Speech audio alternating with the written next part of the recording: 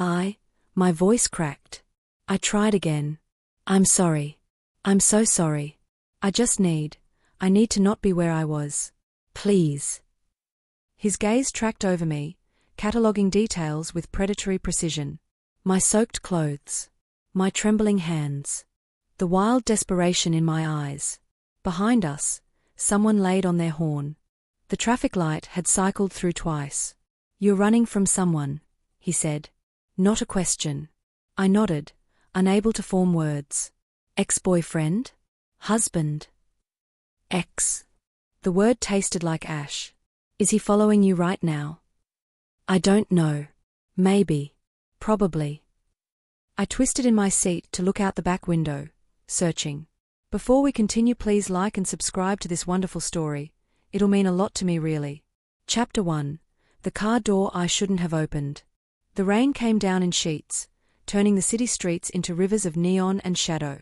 My hands trembled against the steering wheel of my rideshare app as I watched him, my ex, Derek, emerge from the bar across the street.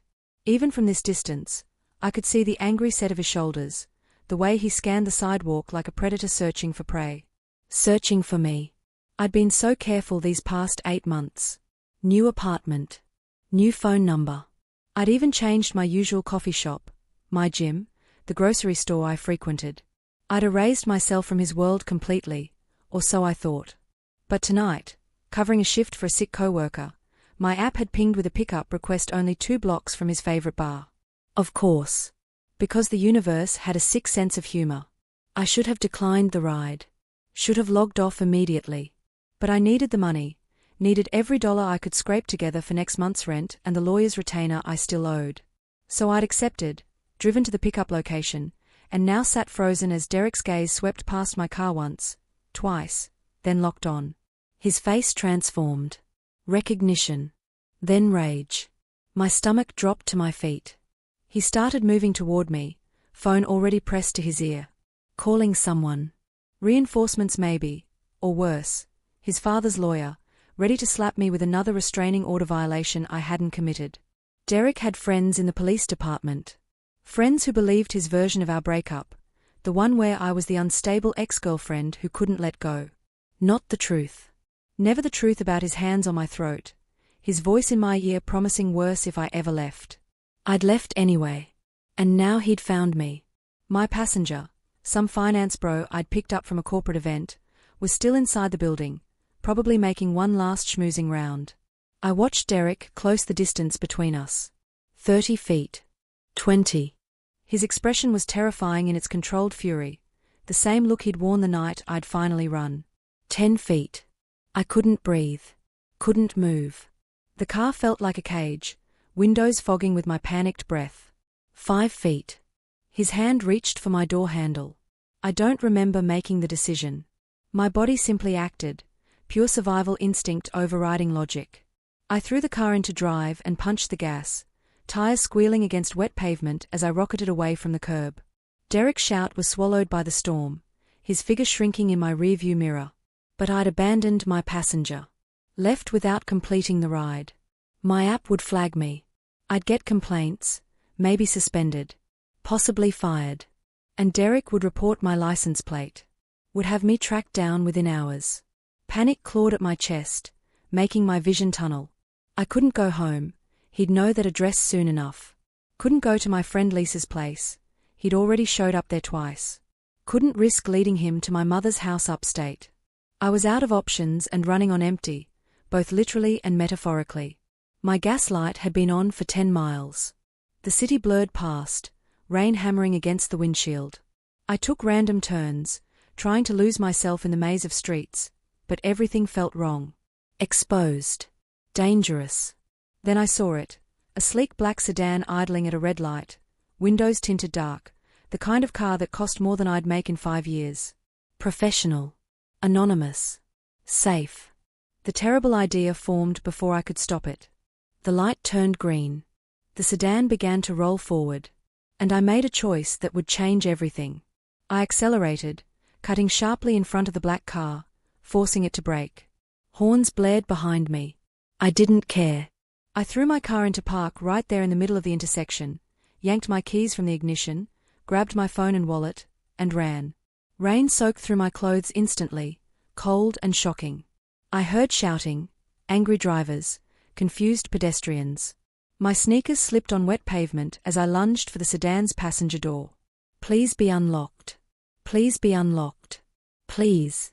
The handle gave. The door opened. I threw myself inside and slammed it shut behind me, my heart hammering so hard I thought it might crack my ribs. For 3 seconds, there was only the sound of my ragged breathing and the rain drumming on the roof. Then a voice, low and dark and utterly calm, cut through the chaos. You have 10 seconds to explain why you just hijacked my car before I decide what to do with you. I turned my head slowly, finally registering that I wasn't alone.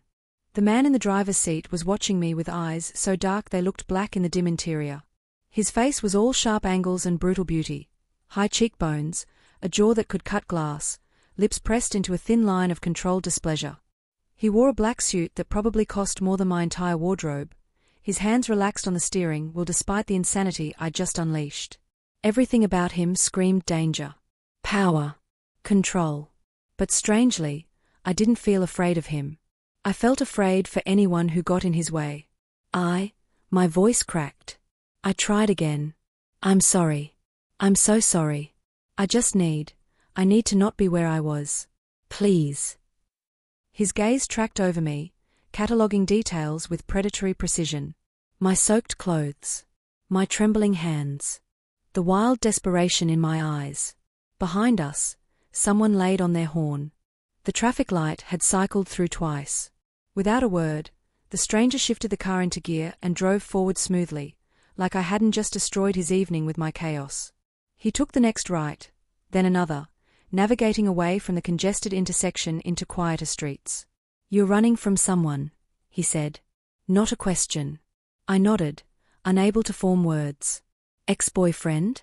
Husband? Ex. The word tasted like ash. Is he following you right now? I don't know. Maybe. Probably. I twisted in my seat to look out the back window, searching for Derek's face in every car behind us. Stop. The command was quiet but absolute. If someone's following us, I'll know. Sit still and tell me where you need to go. Where did I need to go? I had no answer. Nowhere felt safe anymore. I don't know, I whispered. Silence stretched between us. The stranger took another turn, heading deeper into a neighborhood I didn't recognize. Upscale. Quiet. The kind of area where security cameras watched every corner, and police actually responded to calls. What's your name? He asked. Maya. It came out automatically before I remembered that giving strangers your real name when you're running for your life was probably a terrible idea. Maya. He said it once, testing the weight of it. Something in his tone made my skin prickle with awareness. I'm Dante. The name fit him. Dark. Beautiful. Dangerous. Thank you for not throwing me out of your car, I managed. The corner of his mouth twitched. It wasn't quite a smile, but it softened something in his face. The night's still young. Despite everything, the fear, the adrenaline, the complete insanity of this situation, I almost laughed. It came out as a choked sound somewhere between a sob and a giggle. Dante pulled into an underground parking garage, the security gate rising smoothly at his approach. No keycard. No code. It simply recognized his vehicle and let us pass. Where are we? I asked as he guided the sedan into a reserved spot near the elevator. My building. Alarm spiked through me. I shouldn't. You can't go home if your ex is looking for you, Dante said, cutting off my protest. He turned in his seat to face me fully, and the intensity of his attention was like standing in a spotlight. You can't go to friends or family because those are the first places he'll check. You need somewhere he wouldn't think to look. Somewhere safe. And your apartment is safe. My apartment is the safest place in this city. No arrogance in his tone. Just fact. I studied his face, trying to read the angle.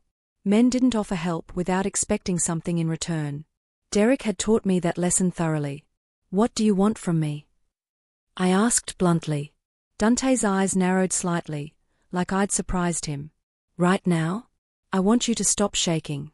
You're dripping rainwater all over my leather seats, and I want to get you somewhere dry before you catch pneumonia. And after that? After that, you're going to tell me about your ex. Everything. And then I'm going to make sure he never bothers you again. The words should have sounded like a threat. Instead, they felt like a promise. Why would you help me? I whispered. You don't even know me. Dante reached over slowly, giving me time to pull back if I wanted. When I didn't move, his hand cupped my jaw, thumb brushing across my cheekbone with shocking gentleness for someone who looked carved from stone. Because the moment you threw yourself into my car, Maya, he said softly, his voice dropping into a register that made heat curl low in my belly despite the cold fear still coursing through me, you became mine to protect. Before I could process that declaration, before I could decide if I should run screaming or lean into the strange comfort of his touch, headlights swept across us. A car pulled into the garage. Not just any car. Derek's car. My blood turned to ice. That's him. Oh God, that's him. How did he? Stay here. Dante's voice had gone cold, empty of all the warmth from moments before. He opened his door and stepped out, positioning himself between me and Derek's approaching vehicle. I watched through the windshield, paralyzed, as Derek parked and emerged. Even from here, I could see the fury radiating off him. Maya, he shouted, striding toward Dante's car. I know you're in there. I saw you turn in here. Come out right now. We need to talk. Dante didn't move, didn't speak. He simply stood there, hands relaxed at his sides, completely blocking Derek's path. Derek pulled up short, finally registering the obstacle. Move. This doesn't concern you. Actually, Dante said, his voice carrying clearly in the concrete space, it does. Listen, man, I don't know what she told you, but that's my girlfriend in your car. She's not well. Gets confused sometimes. I just need to get her home safe. I'd heard Derek use that story before. It was terrifyingly effective, the concerned boyfriend dealing with his unstable partner. Reasonable. Sympathetic. Completely false. But Dante didn't move. She's not your girlfriend, he said calmly. She's not confused. And she's not going anywhere with you. Derek's face darkened. Who the hell do you think you are? Someone you don't want to fuck with. No heat in Dante's voice. No anger. Just certainty. Derek laughed, but it sounded nervous now. He was bigger than Dante, bulkier from his gym obsession. But something in Dante's stillness, in the predatory ease of his posture, was making Derek reconsider the confrontation. Look, I don't want trouble, Derek said, switching tactics. Just let me talk to her. 5 minutes. Then we'll leave and you can go back to your night. No. The single word hung in the air like a blade. Derek's hand moved toward his pocket. I saw it happening as if in slow motion, saw him reaching for something, his phone maybe, or worse. Dante moved faster than should have been possible. One moment he was standing still. The next, he had Derek's arm twisted behind his back, Derek's face pressed against a concrete pillar, Dante's body weight pinning him in place. I'm going to say this once, Dante murmured, his voice carrying clearly in the parking garage despite its low tone. Maya is under my protection now. You will not call her. You will not text her. You will not show up at her home, her work, or anywhere else she might be. If I hear that you violated this very simple instruction, you'll discover exactly how creative I can be when people touch what belongs to me. You can't, Derek started. Dante applied pressure. Derek gasped, his protest cutting off. Do you understand? Dante asked pleasantly. Yes, Derek choked out. Yes, fine, whatever. Just let me go. Dante released him, stepping back smoothly. Derek stumbled, catching himself against the pillar. For a moment, I thought he might retaliate, might rush at Dante in a fit of wounded pride. Then he met Dante's eyes, and whatever he saw there made him back toward his car instead. You don't know what you're getting into, Derek threw at me through the window, his voice cracking with fury and humiliation. You think he's better than me? You think he's safe? You have no idea what kind of man. Leave. Dante's voice cut through Derek's tirade like a knife. Now. Before I change my mind about letting you walk away. Derek fled. Actually fled, scrambling into his car and reversing so fast his tires squealed. Within seconds, he was gone, disappearing up the garage ramp and into the rainy night. Silence crashed over us. Dante stood perfectly still for a long moment, his back to me. Then his shoulders dropped slightly, tension bleeding out of his frame. He returned to the car, sliding back into the driver's seat with fluid grace. "Are you all right?" he asked, turning those dark eyes on me again. Was I all right? I just watched a stranger dismantle my abusive ex with terrifying efficiency. Had heard Dante claim me as his with the kind of possessive certainty that should have sent me running. Had felt something dark and dangerous bloom in my chest at the words "what belongs to me." "I don't know," I admitted. Dante studied my face for a long moment. Then he reached across and took my hand, his palm warm and dry against my rain-chilled skin. "Come inside," he said quietly. "Let me help you." And because I had nowhere else to go, because Derek had found me despite all my precautions, because something in Dante's touch felt like the first safe thing I'd encountered in months, I said yes. End of Chapter 1. Chapter 2. The penthouse where monsters lived. Dante's apartment wasn't an apartment. It was a penthouse that occupied the entire top floor of the building, all floor-to-ceiling windows and dark elegance. Modern art hung on exposed brick walls. A sleek kitchen opened into a living space that could have hosted 50 people comfortably. Everything screamed wealth, but it was the details that caught my attention: the worn paperback on the coffee table, the jacket draped over a chair, the half-empty coffee mug by the sink. Someone actually lived here. This wasn't a showpiece. This was a home. "Bathroom is through there," Dante said, gesturing to a hallway. "Towels in the cabinet. I'll find you something dry to wear." I stood dripping on his hardwood floors, suddenly aware of how completely insane this situation was. I'd thrown myself into a stranger's car, been followed by my ex, and was now standing in a penthouse that probably cost more per month than I made in a year. "I should go," I said, but didn't move toward the door. "Where?" Dante asked reasonably. "Back to your apartment where your ex now knows you live? To a friend's place where he might show up." "I can't just stay here. I don't even know you. You know I helped you." He moved toward me slowly, like approaching a spooked animal. "You know I sent your ex running. You know that right now, this is the safest place you could possibly be. Why are you doing this?" The question burst out of me. People don't just help for no reason. "What do you want?" Dante stopped a few feet away, close enough that I had to tilt my head back to meet his eyes. This close, I could see flecks of gold in the dark irises, could smell the subtle spice of his cologne mixed with rain and something uniquely him. "What do I want?" he repeated softly. "I want you to take a hot shower before you freeze. I want you to eat something.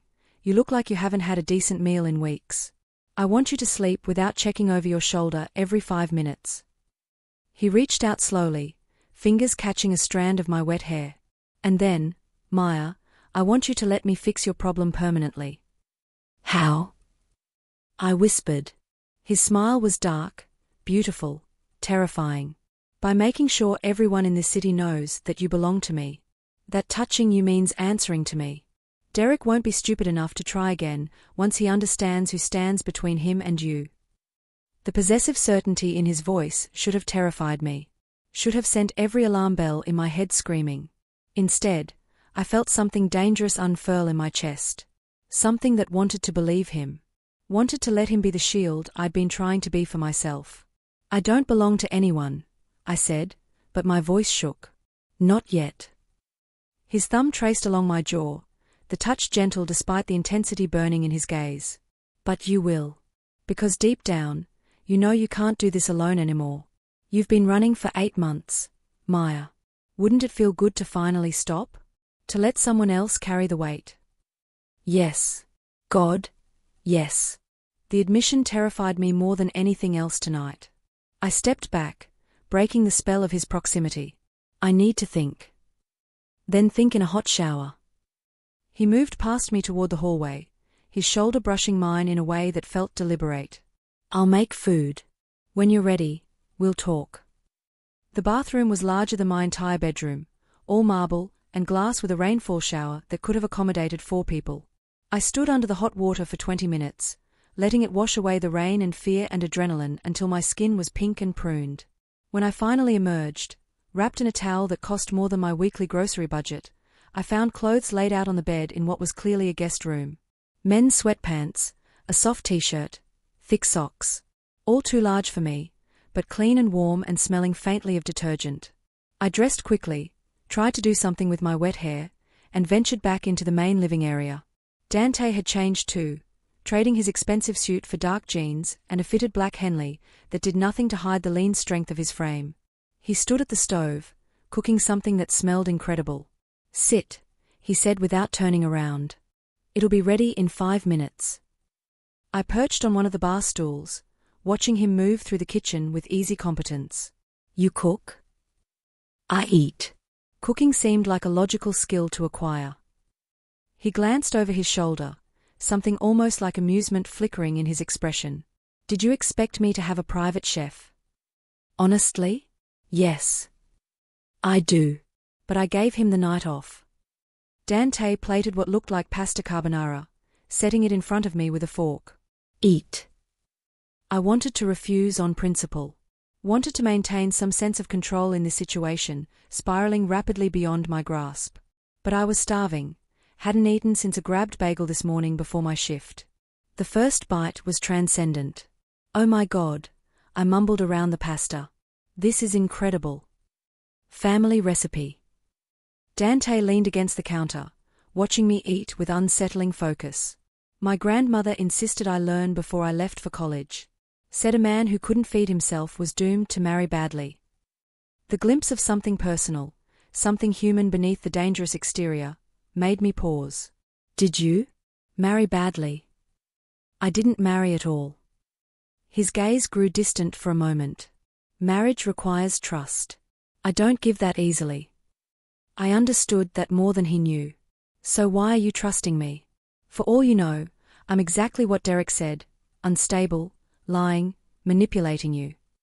"Are you?" "No." "Then there's your answer." Dante moved to sit across from me, his own plate in hand. "I'm good at reading people, Maya. It's how I've stayed alive this long. And you?" He studied me with that same predatory intensity. "You're terrified but trying to be brave. Exhausted but still fighting. You ran into a stranger's car because you were that desperate to escape. That's not manipulation. That's survival." The understanding in his voice cracked something inside me. I set down my fork, suddenly unable to eat past the lump in my throat. "He's not going to stop," I said quietly. "Derek. You scared him tonight, but he has connections. His father's a judge. His college roommate is a police captain. He's already convinced half the city that I'm the crazy ex-girlfriend who's stalking him, not the other way around. Then we'll change the narrative." "How?" Dante leaned forward, elbows on the counter. "By making you untouchable. If you're with me, under my protection, Derek's connections won't mean shit." "Why would anyone care about your protection?" As soon as the words were out, I regretted them. Because something in Dante's smile told me I'd asked exactly the wrong, or right, question. "What do you think I do, Maya?" he asked softly. "For a living?" I swallowed hard. "I don't know. Finance? Real estate?" "Both. Among other things." He stood, moving to the window that overlooked the city sprawling below us. "My family has been in this city for 3 generations. We have interests in construction, shipping, entertainment, hospitality. We know everyone who matters. And everyone who matters knows better than to cross us." The careful way he said it, the deliberate vagueness, made my pulse quicken. "You're connected."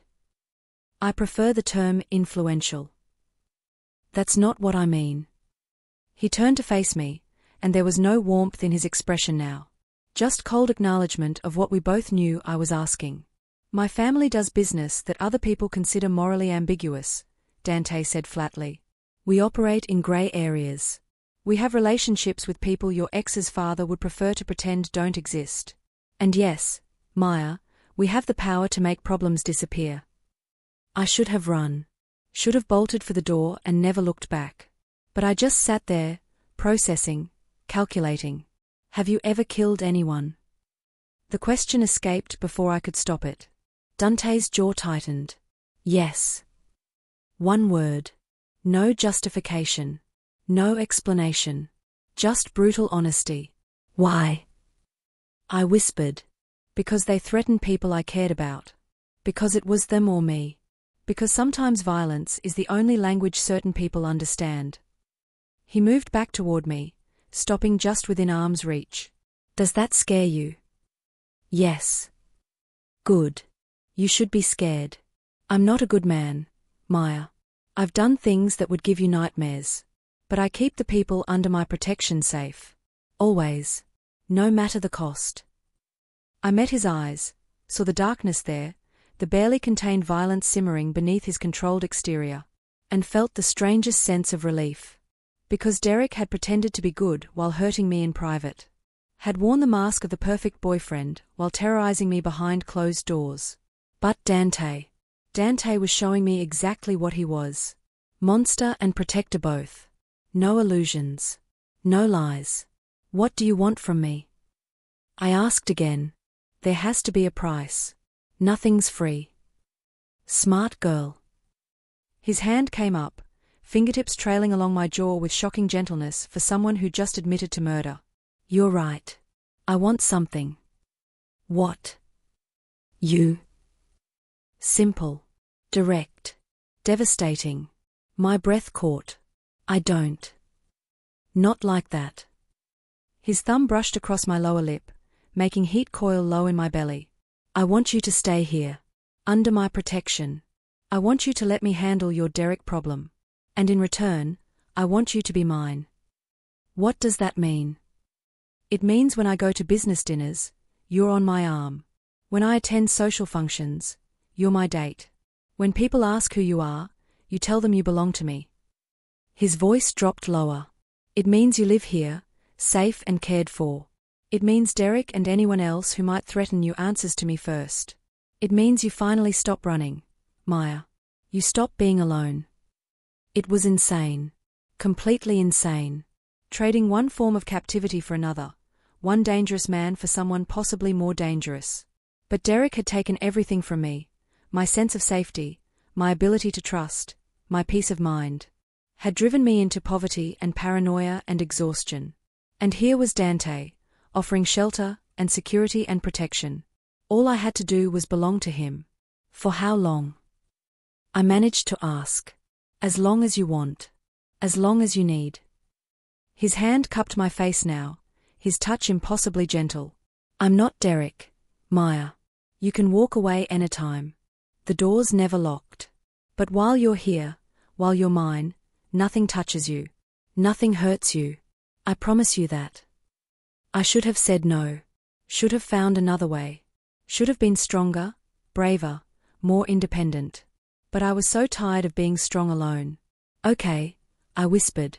Dante's eyes flashed with something dark and triumphant. Say it clearly. I need to hear you agree. Okay. I'll stay. I'll let you protect me. I took a shaky breath. I'll be yours. His smile was slow, dangerous, beautiful. Good girl. Then he leaned in and pressed a kiss to my forehead, soft and reverent and completely at odds with everything else about him.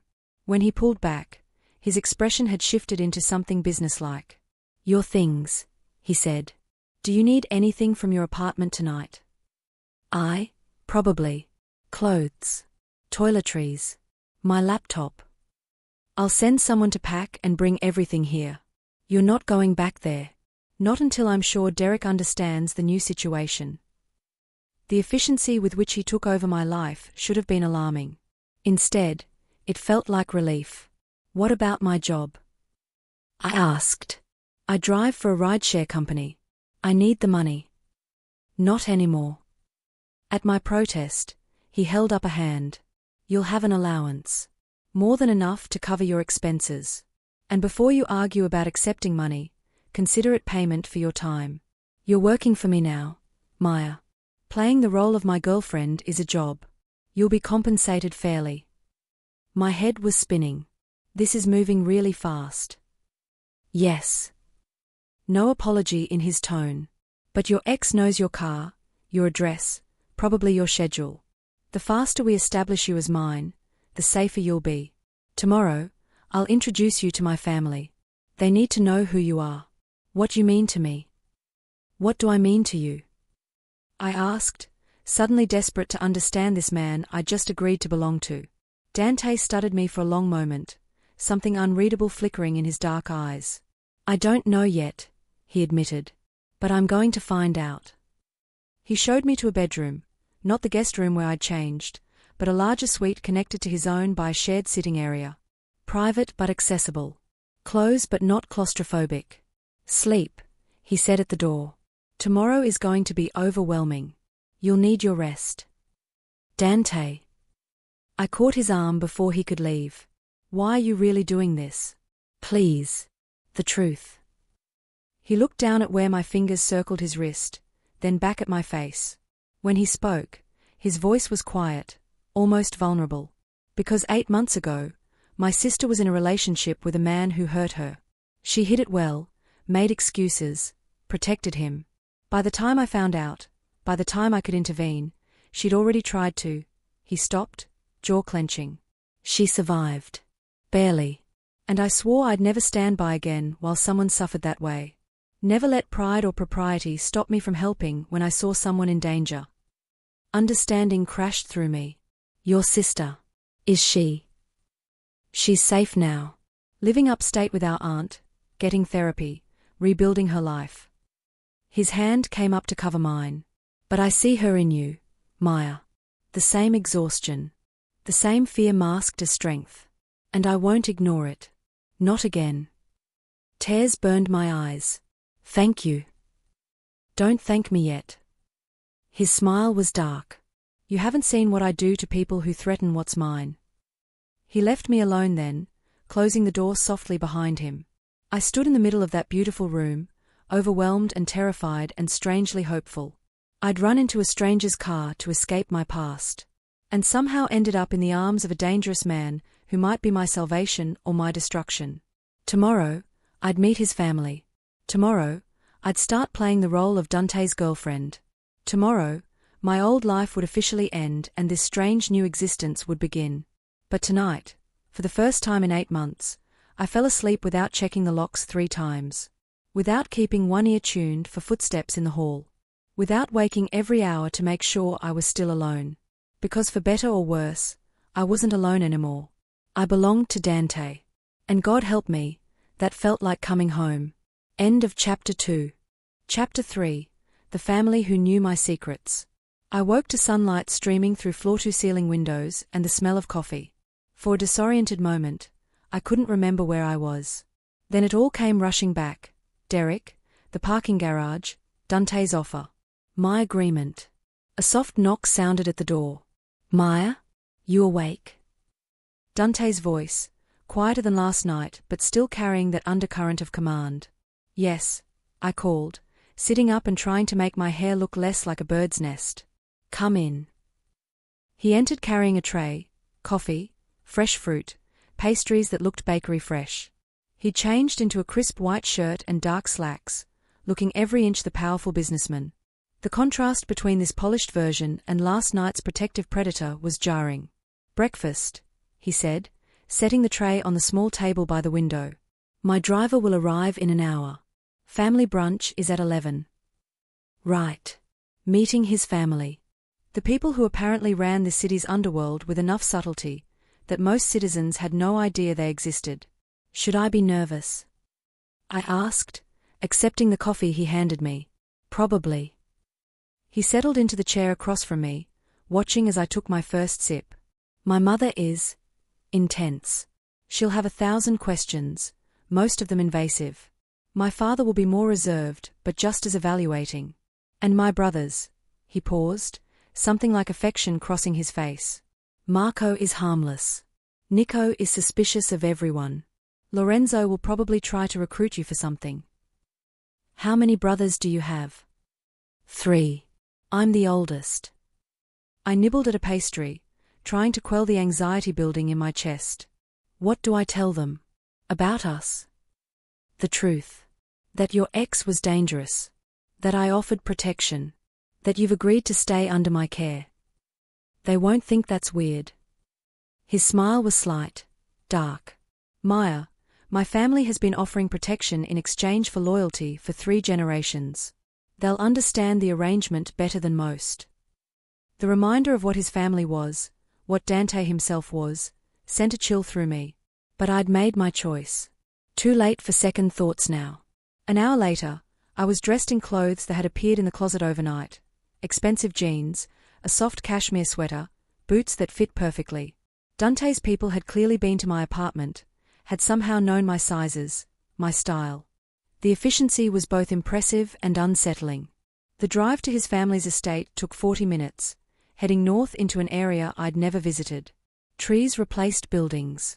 Sprawling properties replaced cramped apartments. This was where old money lived, where families like Dante's could hide in plain sight behind gated drives and hedges tall enough to block prying eyes.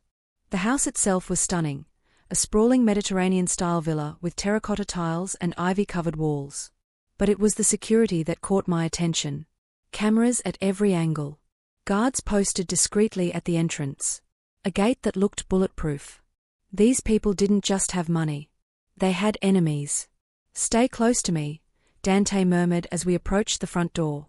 "Let me handle my family. You just need to be yourself." The door opened before we reached it, revealing a petite woman in her 60s with Dante's dark eyes and a smile that didn't quite reach them. "Dante, darling." She kissed his cheeks, then turned that sharp gaze on me. "And this must be the girl you called about." "Maya, was it?" "Yes, I extended my hand, but she pulled me into a hug that smelled of expensive perfume and felt like being evaluated by a very polite predator. "Call me Isabella."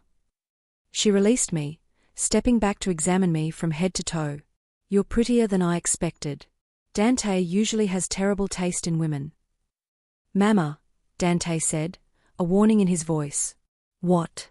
"I'm complimenting her." Isabella linked her arm through mine, drawing me into the house before I could protest. "Come. Everyone's dying to meet you. It's been years since Dante brought anyone home."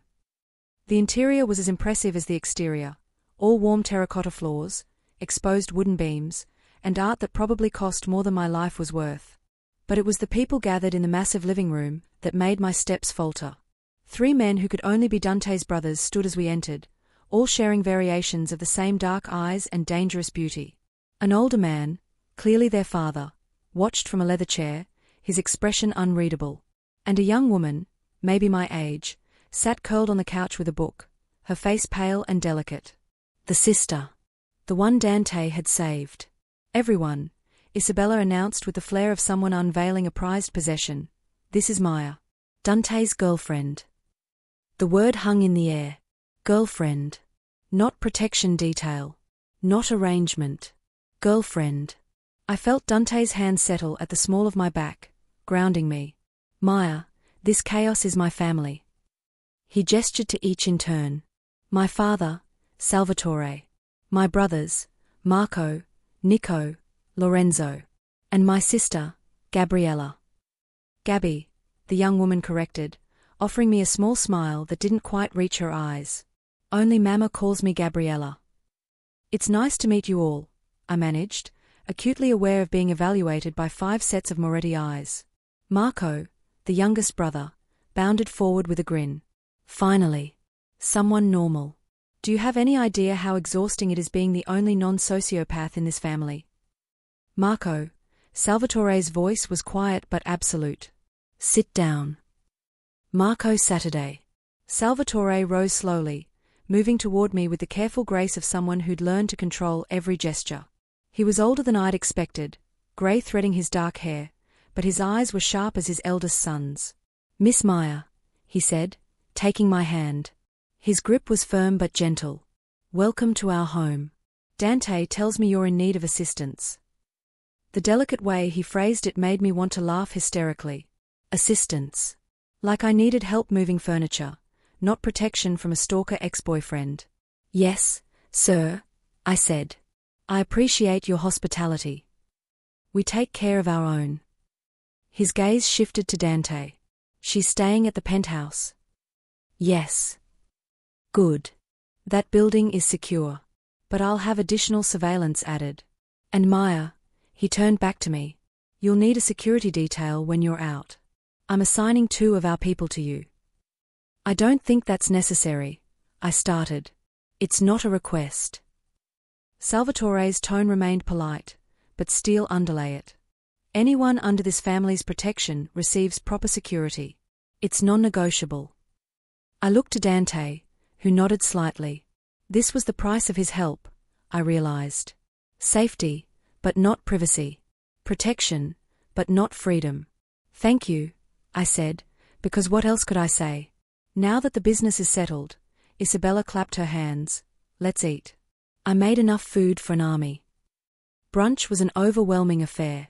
The dining table could have seated 20, but felt intimate with just the 7 of us. Isabella had indeed made enough food for an army. Pasta, roasted vegetables, grilled meats, fresh bread, and desserts that made my mouth water.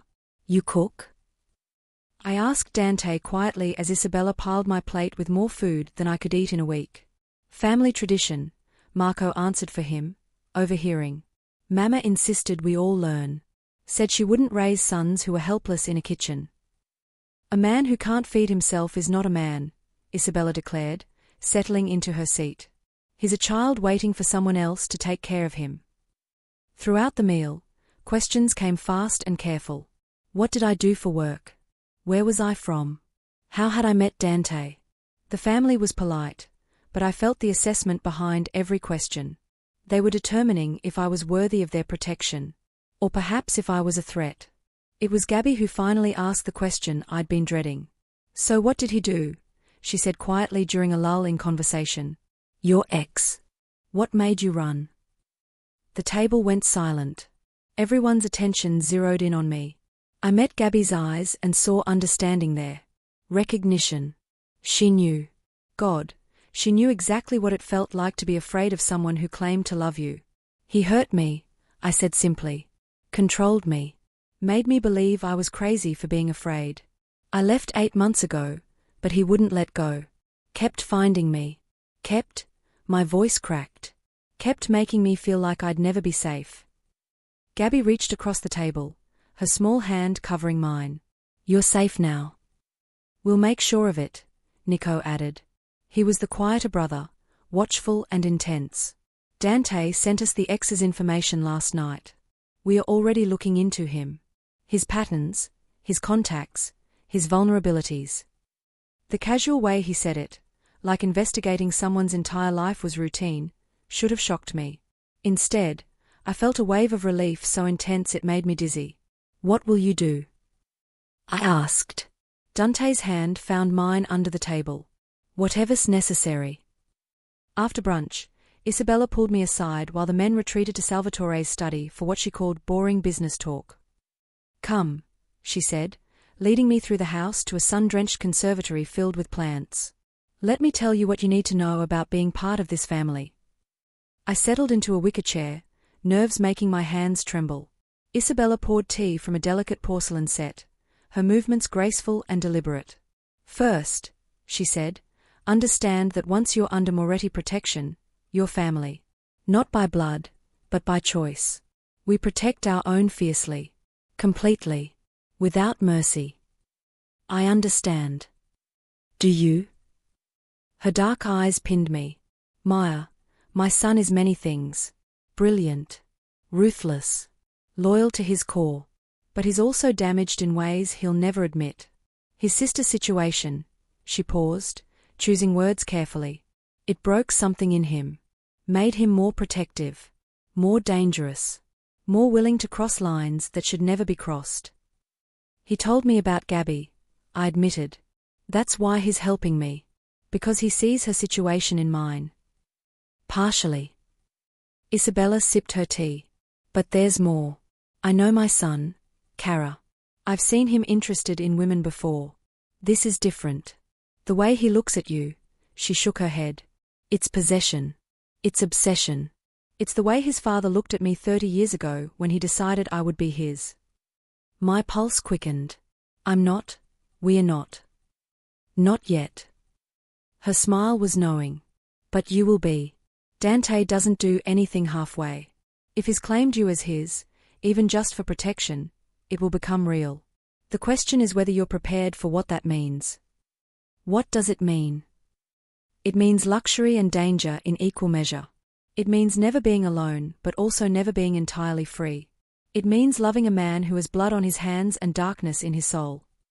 Isabella leaned forward. It means accepting that the protection he offers comes with strings, Kara. Invisible ones, perhaps. But strings nonetheless. I don't have feelings for Dante, I said, but the words felt hollow even to my own ears. Not yet, Isabella repeated. But you will. Because my son is very good at making people need him. It's how he's built his empire. By being indispensable. She was right, and I hated that she was right. Already, after just one night, I'd felt the pull of Dante's protection. The relief of having someone else shoulder my burdens. The dangerous comfort of belonging to someone strong enough to keep me safe. What should I do? I whispered. Be careful with your heart. Isabella's expression softened. My son would never physically harm you, that much I know. But emotional harm? He's capable of devastating you without even meaning to. Because he doesn't know how to love halfway. He consumes completely or not at all. Before I could respond, Gabby appeared in the doorway. Mama, stop scaring her. She's already terrified enough. Isabella laughed, rising gracefully. I'm not scaring her. I'm preparing her. There's a difference. She kissed my cheek. Welcome to the family, Maya. For better or worse, you're one of us now. She swept out, leaving me alone with Gabby. The younger woman settled into the chair Isabella had vacated, tucking her legs under her. Don't let Mama freak you out too much, Gabby said. She's dramatic. Comes from growing up in Sicily, where everything is a Greek tragedy. She seems like she cares about Dante a lot. She does. We all do. Gabby picked at the hem of her sweater. I want to thank you. I blinked. For what? For trusting him enough to accept his help. For letting him be the hero he needs to be. Her eyes welled up. After what happened to me, Dante blamed himself. Thought he should have seen it, should have stopped it sooner. He's been carrying that guilt for months. But helping you, she smiled through tears. It's helping him heal too. The weight of that realization settled over me. I wasn't just accepting Dante's protection for myself. I was giving him the chance to save someone when he'd failed before. What happened to you? I asked gently. If you don't mind me asking. My boyfriend was charming. Successful. Everyone loved him. Gabby's voice went flat, emotionless. Behind closed doors, he was a monster. By the time my family found out, I'd already tried to kill myself. Dante found me in the bathtub. He's the one who called the ambulance. Who held my hand while they stitched up my wrists. She showed me her arms, thin white scars visible even in the soft light. I'm so sorry, I breathed. Don't be. I survived. And Dante made sure my ex never hurt anyone else ever again. The casual way she said it made my blood run cold. What did he do? Gabby met my eyes, and I saw steel beneath her fragile exterior. Whatever was necessary. That's what this family does, Maya. We protect our own. By any means necessary. The men emerged from the study an hour later. Dante found me in the conservatory, his expression unreadable. Ready to go? He asked. I nodded, suddenly exhausted by the emotional weight of the morning. In the car, Dante was quiet, his hand resting on my thigh in a gesture that felt both possessive and comforting. Your family is intense, I finally said. Yes. Your mother warned me about you. That made him smile, dark and amused. What did she say? That you're obsessive. Possessive. That you'll consume me completely. She's not wrong. No apology in his tone. Does that scare you? I considered lying. Considered playing it safe. But something about the morning, about Gabby's story and Isabella's warnings, made me want to be honest. Yes, I admitted. But not as much as it should. Dante's hand tightened on my leg. Good. Because I won't apologize for what I am, Maya. I told you last night, I'm not a good man. But I keep my promises. And I promise to keep you safe. Your family really will go after Derek, won't they? Yes. What will they do to him? Dante's jaw tightened. Do you want details? Or do you want plausible deniability? I thought about that. About Derek's face, his hands, his voice in my ear promising worse if I ever left. About 8 months of fear and exhaustion and looking over my shoulder. I want him to leave me alone, I said finally. Whatever that takes. Then that's what you'll get. Dante lifted my hand, pressing a kiss to my knuckles. By the end of the week, Derek will understand that pursuing you means answering to me. And trust me, Kara, no man in his right mind wants that. The endearment, Kara, just like his mother had used, made something warm bloom in my chest. We pulled into the underground garage, and Dante helped me out of the car with old-fashioned courtesy that contrasted sharply with his dangerous profession. In the elevator, he backed me against the wall gently, his body caging mine without touching. One more thing, he said quietly, his breath warm against my face. My family likes you. That's rare. They don't trust easily. The fact that they've accepted you into their protection means something. What does it mean? It means if anyone, Derek or otherwise, tries to hurt you, they won't just answer to me. They'll answer to all of us. My father. My brothers. My mother, who's more terrifying than anyone gives her credit for. His hand came up, cupping my face. You're not alone anymore, Maya. You're part of something bigger now. Something that doesn't let go of what it protects. Before I could respond, before I could process the weight of those words, his phone buzzed. He checked it, and his expression darkened. What? I asked. Derek filed a police report. Claims you stole his car last night. That I assaulted him in the parking garage.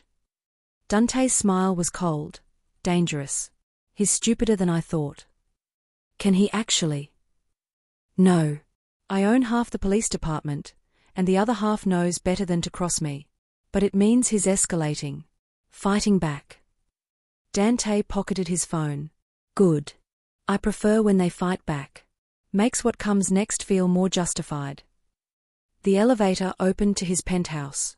Our penthouse now, I realized. Because I lived here. Because I'd agreed to be his. Dante.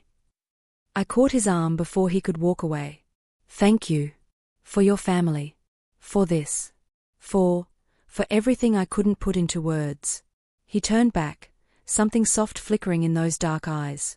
Then he leaned down and kissed my forehead, gentle and reverent.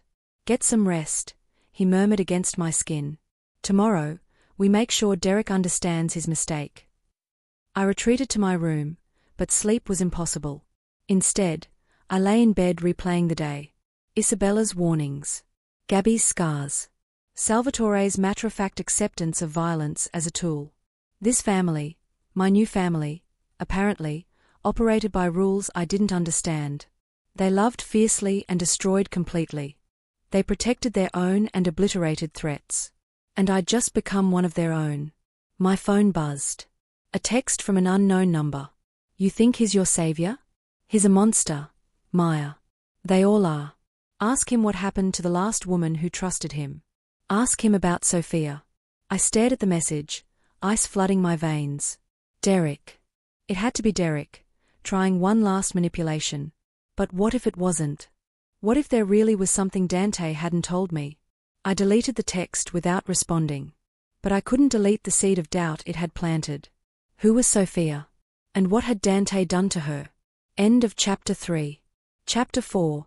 The woman buried in his past. I didn't ask about Sophia that night.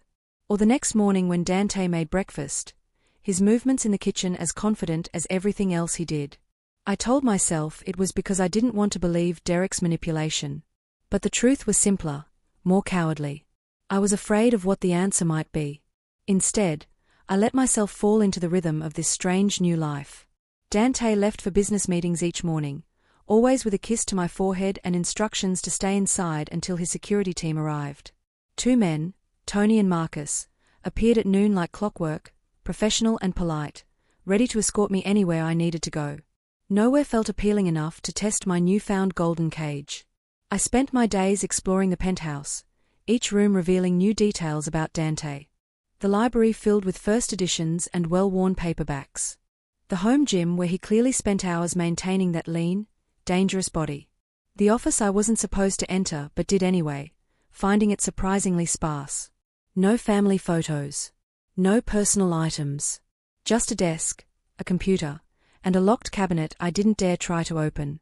It was on the third day that I found the photograph. I'd been looking for a charger in the guest room closet when my hand brushed against a box on the top shelf. It tumbled down, spilling its contents across the floor. Old photos, mostly. Dante as a child, serious even then. His brothers at various ages. Gabby's first communion, her smile bright and innocent before darkness found her. And one photo that made my breath catch. Dante, younger by several years, his arm around a woman with long dark hair and a smile that could have lit up entire cities. They stood on what looked like a yacht, the ocean endless behind them. He was looking at her like she hung the moon and stars. I flipped it over. 2 words written in faded ink. Sofia. Positano. My hands trembled as I stared at the photo. This was her. The woman from Derek's text. The one I was supposed to ask about. Find something interesting. I spun, the photo fluttering from my fingers. Dante stood in the bedroom doorway, still in his suit from work, his expression unreadable. I wasn't snooping, I said quickly. The box fell and... It's fine. He moved into the room, bending to pick up the scattered photos. His movements were careful, controlled, but I saw the tension in his shoulders. I should have thrown these away years ago. He picked up the photo of Sofia, staring at it for a long moment. She's beautiful, I said, because I didn't know what else to say. She was. Past tense. The word landed like a stone in water, ripples spreading. Dante. How did you know to look for her? His eyes lifted to mine, sharp and knowing. Someone told you about Sofia. Who? I could have lied. Should have lied. But something in his expression told me he'd know. Derek, I admitted. He sent a text. Said I should ask you about her. About what happened. Dante's jaw tightened, fury flickering in his dark eyes. But it wasn't directed at me. Of course he did. Because he's desperate and grasping at anything that might drive a wedge between us. So tell me the truth. I moved closer, drawn by the pain I saw beneath his anger. Who was Sofia? And what happened to her? For a long moment, I thought he wouldn't answer. He just stood there, staring at the photo, his fingers white-knuckled around the frame. Then he sat heavily on the edge of the bed, suddenly looking exhausted. Sofia was my fiancée, he said quietly. We were together for 3 years.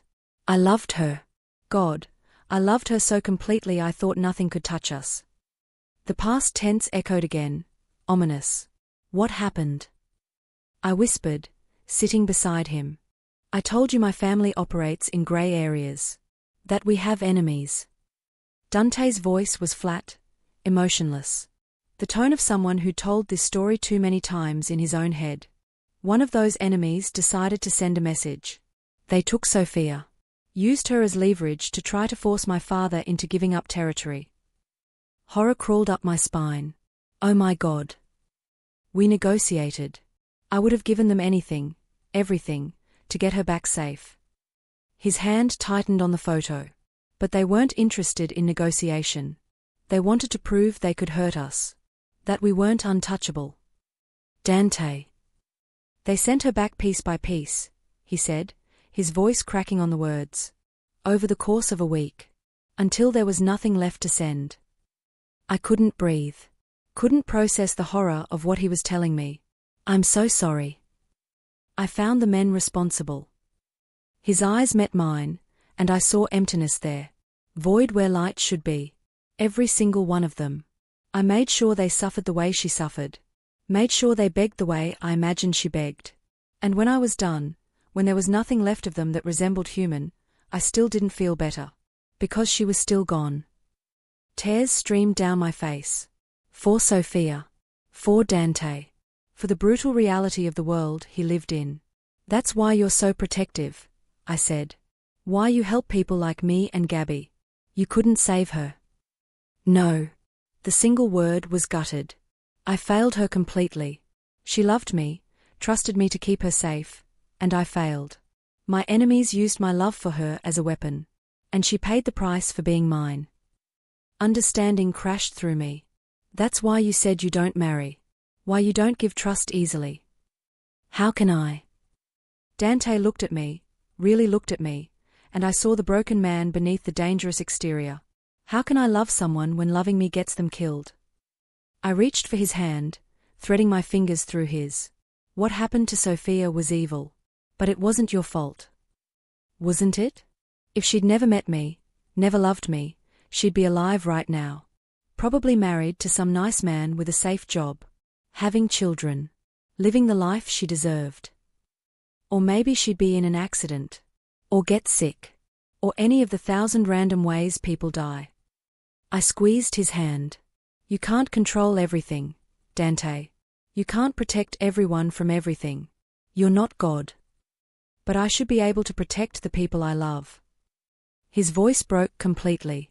What's the point of all this power, all this control, if I can't keep safe the one person who matters?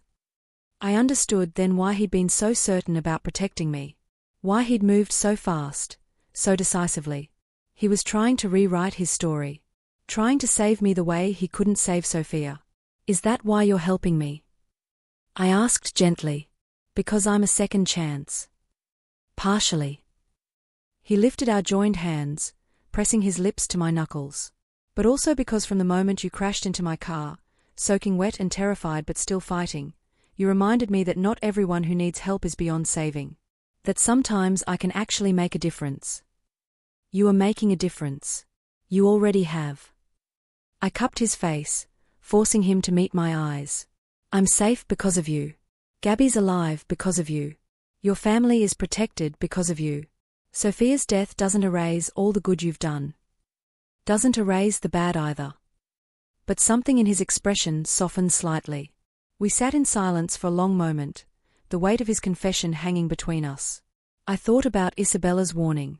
About loving a man with blood on his hands and darkness in his soul. But I also thought about the way he'd protected me in the parking garage. The way he'd introduced me to his family with such care. The way he kissed my forehead each morning like I was something precious. Dante was damaged. Dangerous. Capable of violence I couldn't fully comprehend. But he was also achingly human in his grief and guilt. Derek was hoping this would scare me away, I said finally. That knowing about Sophia would make me run. Will it? Dante's voice was carefully neutral, but I heard the vulnerability beneath. No. The certainty surprised me. Because you were honest about what you are from the beginning. You told me you'd killed people. That you weren't a good man. Sophia's death is tragic, but it doesn't change the fact that I trust you to keep me safe. You shouldn't trust me.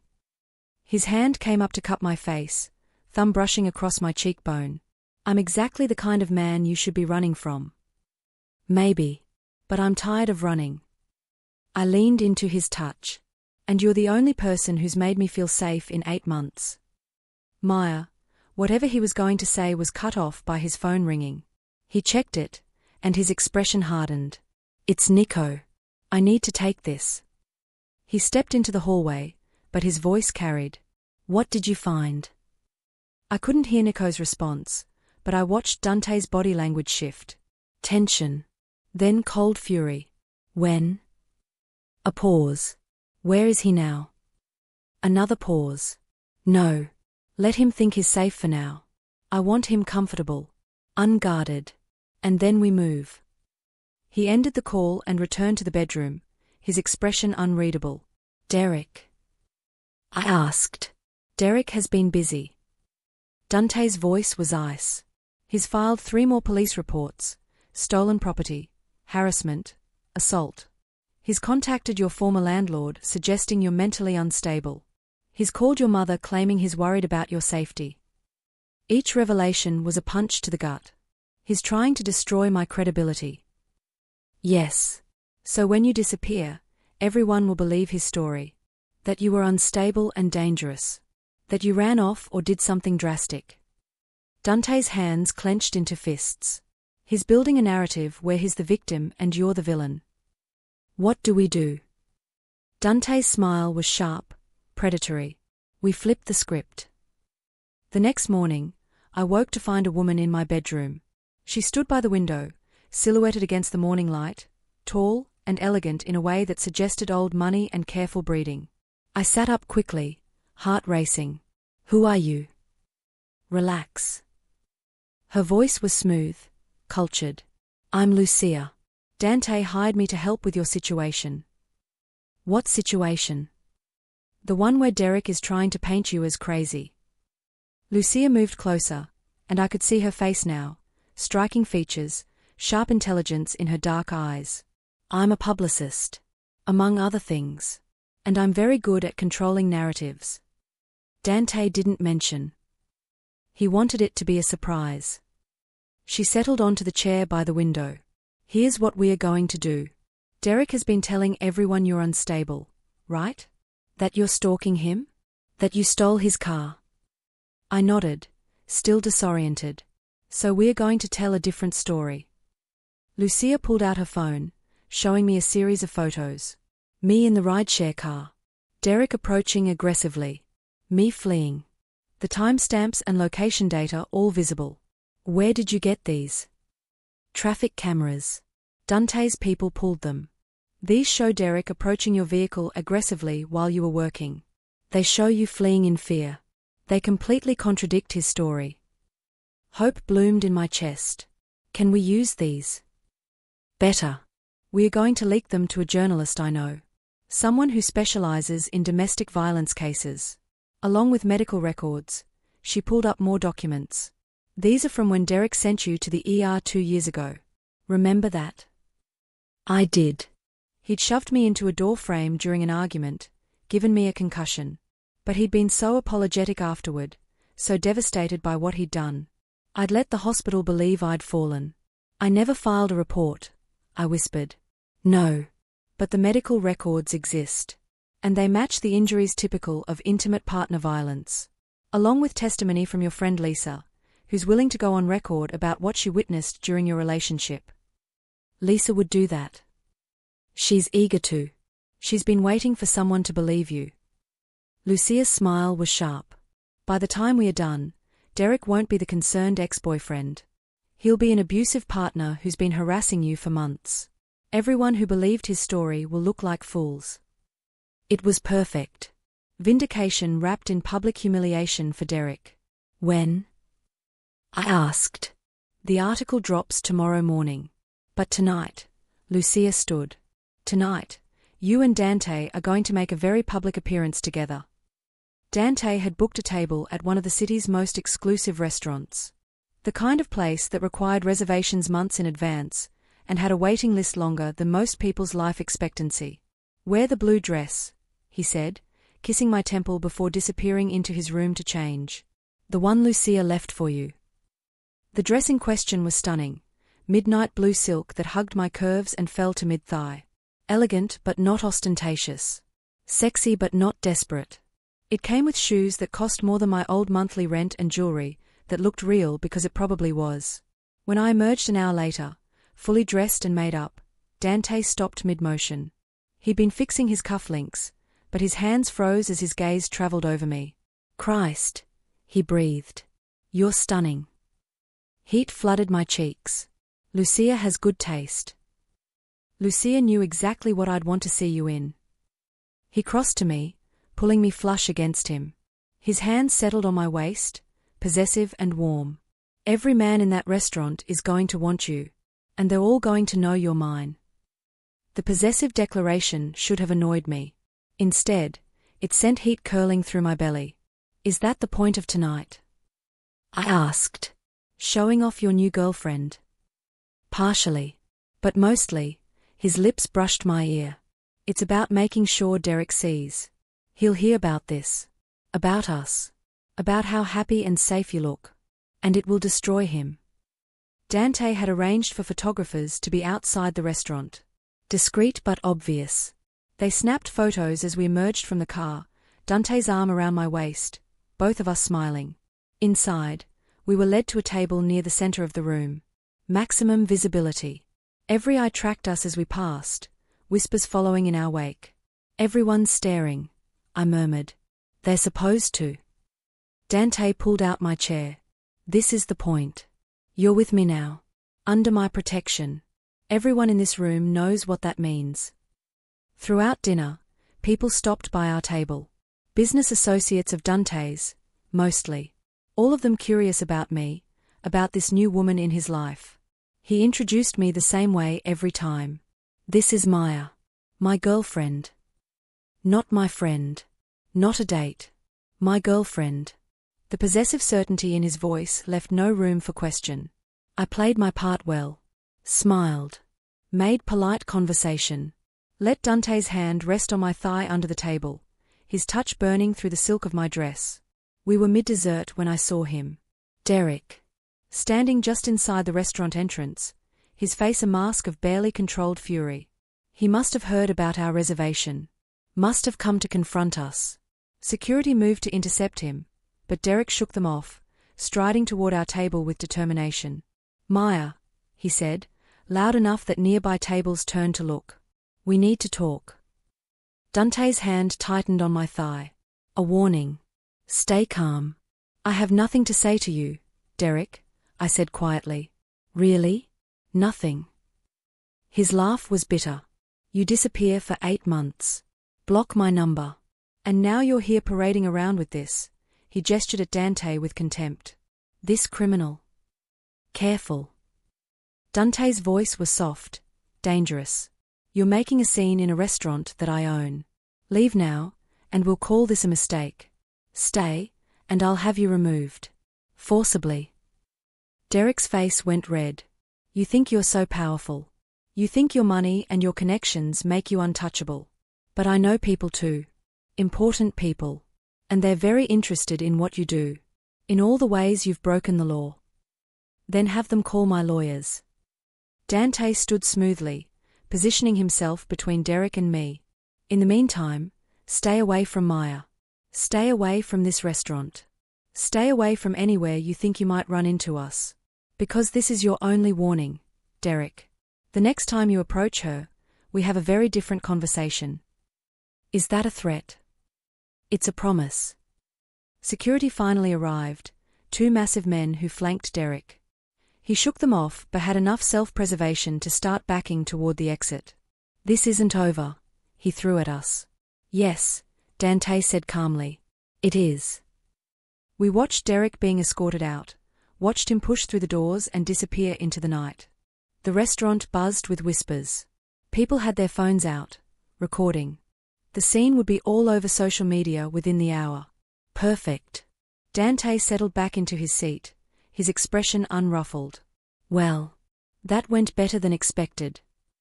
Better? I was shaking, adrenaline making my hands tremble. He came to us in a public place. Made threats. Showed everyone exactly who he is, an angry ex who can't let go. Dante lifted my hand, pressing a kiss to my knuckles. By morning, everyone will know the truth about Derek. And no one will believe another word he says.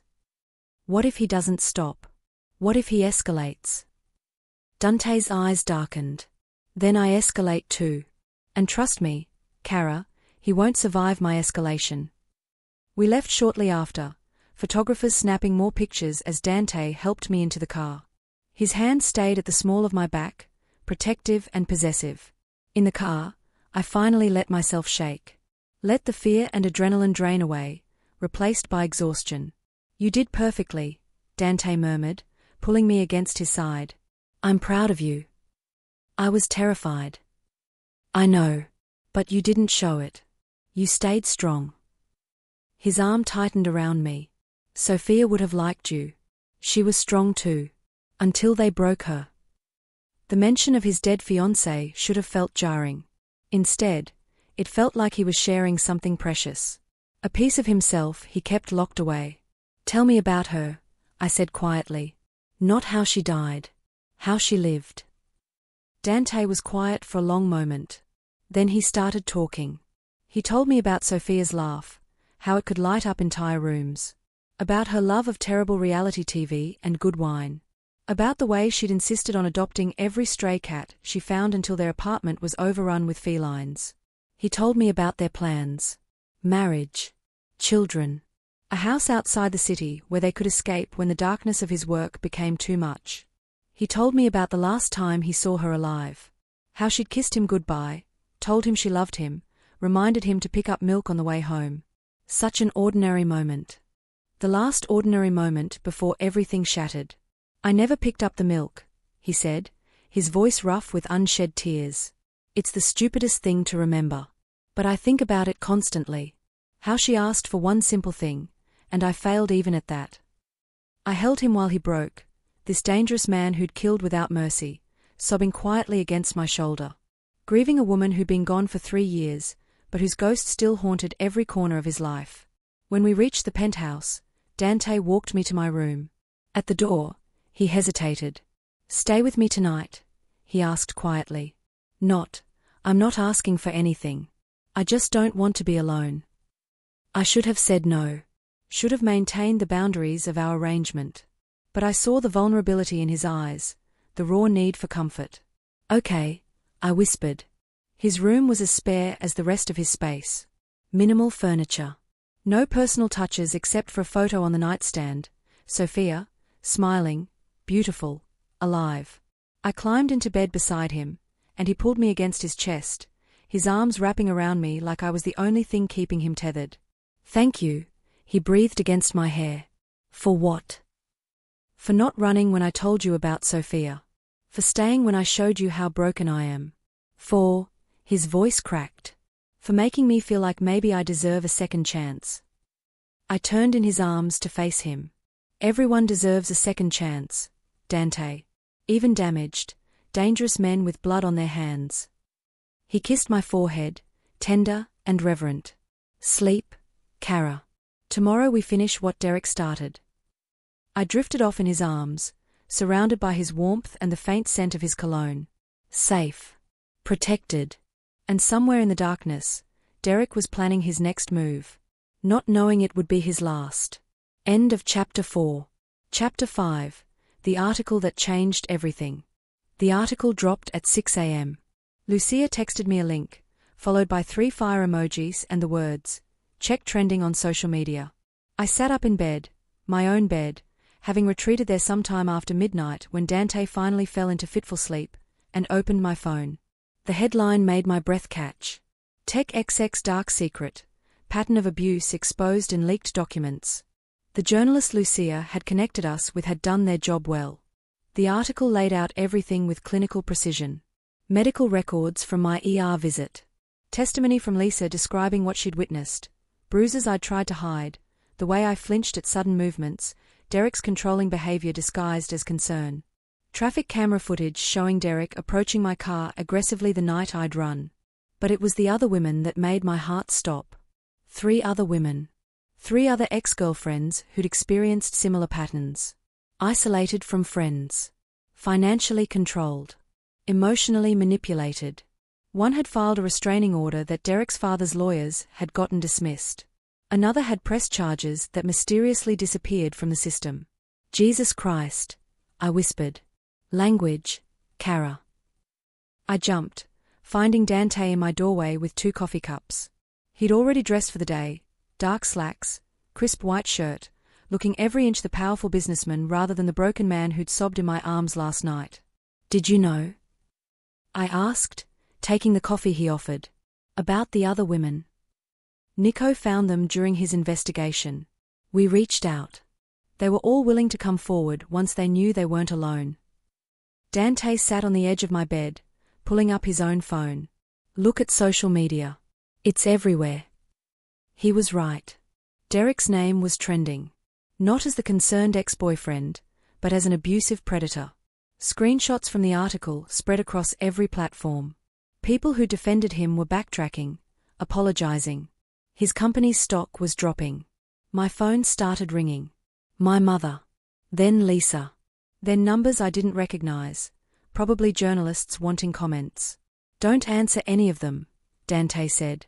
Lucia will handle all media requests. You don't need to say anything. But I want to. The words surprised me. I want to tell my story. On my own terms.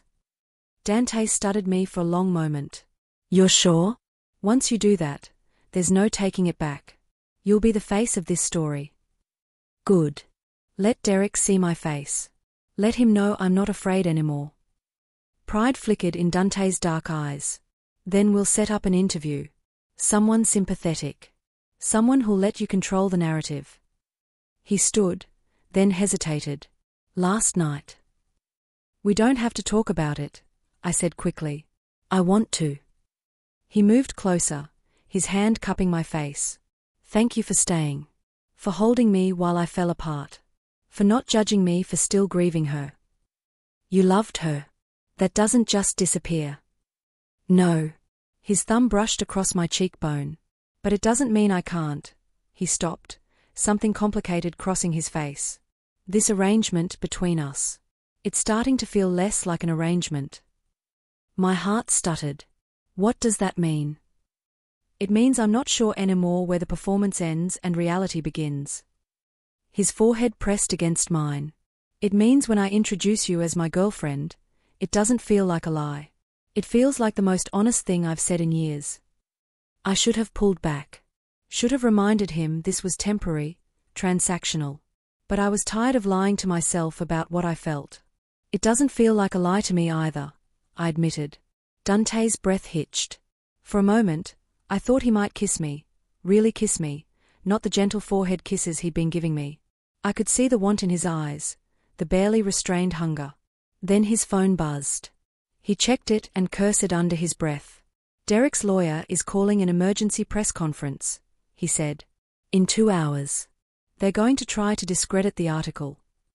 Can they? They can try. Dante's smile was sharp. But we have something they don't. The truth. Derek's press conference was a masterclass in damage control gone wrong.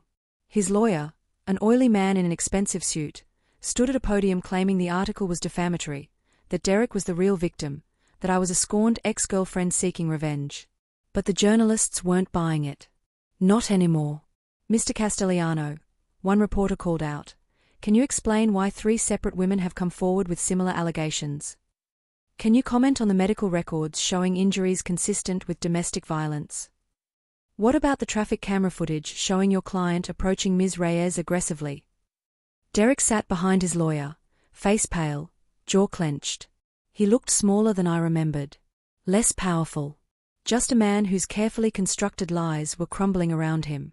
We watched the press conference from Dante's office, his hand resting on my shoulder. He's finished, Nico said. He joined us along with Marco, both brothers watching with satisfaction. His company's board is calling for his resignation. His father's distancing himself. By tonight, Derek Castellano will be a pariah. Good, I said, and meant it. There's one more thing. Dante turned to me. Derek has been staying at his father's estate in Connecticut. It's secure, gated, hard to access. You want to go after him there? I asked. No. Dante's expression was carefully neutral. I want to give him a chance to leave the city. To disappear and never come back. Nico's people have made it very clear to Derek's associates that staying would be unwise. And if he doesn't leave, then we have a different conversation. The promise of violence underscored his words. Marco cleared his throat. For what it's worth, Maya, I'm glad you're with us. Dante's been different since you came into his life. Less, he searched for words. Less haunted. Marco, Dante warned. What? It's true. You've been a ghost for 3 years. She's bringing you back to life. The words hung in the air, heavy with meaning. Dante didn't deny them. That afternoon, Lucia arranged an interview with a journalist known for sensitive, empowering coverage of survivors. We did it at the penthouse, in the library where I'd felt safe surrounded by books. The journalist, a woman named Amara with kind eyes and steady hands, let me tell my story at my own pace. About Derek's charm in the beginning. The slow erosion of my boundaries. The escalation from emotional manipulation to physical violence. The 8 months of running and hiding and being afraid. What made you finally feel safe enough to come forward? Amara asked.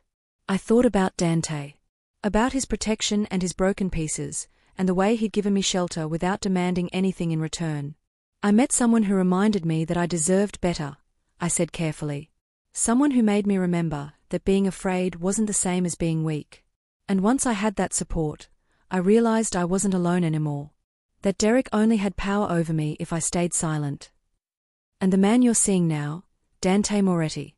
There are those who say he's dangerous. That his family has connections to organized crime. Does that concern you? I met Amara's eyes steadily. Dante saved my life. Whatever else he might be, he's never made me feel unsafe. He's never tried to control me or diminish me. He's given me space to heal and resources to fight back. That's more than Derek ever did. The interview aired that evening. Within hours, it had gone viral. My face was everywhere.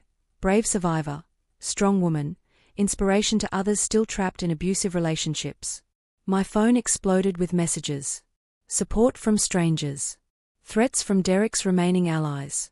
Interview requests from a dozen different outlets. Lucia fielded them all, turning down most, accepting a few strategic ones. By the end of the week, I'd become the face of a conversation about domestic violence and power dynamics and the ways abusers manipulated systems to avoid consequences. It was exhausting and empowering in equal measure. Through it all, Dante was there. Not hovering, but present. He'd sit beside me during interviews, his hand on my knee, grounding, supporting. He'd screen threatening messages before I saw them. He'd order my favorite foods when I was too tired to eat. He was becoming essential. And that terrified me more than anything Derek had ever done. It was a week after the article dropped when everything exploded. I was in the library, reviewing notes for another interview, when Dante burst through the door. His face was ashen, fury and fear warring in his expression. Pack a bag, he said tersely. Now. We are leaving. What? Why? Derek's not in Connecticut anymore. He's in the city. And Nico just got word. He stopped, jaw clenching. He's planning something. Something violent. We need to get you somewhere safe. Cold fear flooded my veins. What kind of something? The kind that ends with you dead. Dante grabbed my shoulders. He's lost everything, Maya. His job, his reputation, his future. And he blames you. He's desperate and cornered, and that makes him unpredictable. But the security isn't enough if he's willing to die trying to get to you. Dante's hands tightened. Please. Trust me. Let me get you out of the city until we can handle this. Before I could respond, the lights went out. Not just our lights. The entire building. Emergency lighting kicked in, casting everything in eerie red. Fuck. Dante pulled out his phone, tried to call someone. No signal. He's jamming communications. He's here. Here? In the building. In the building.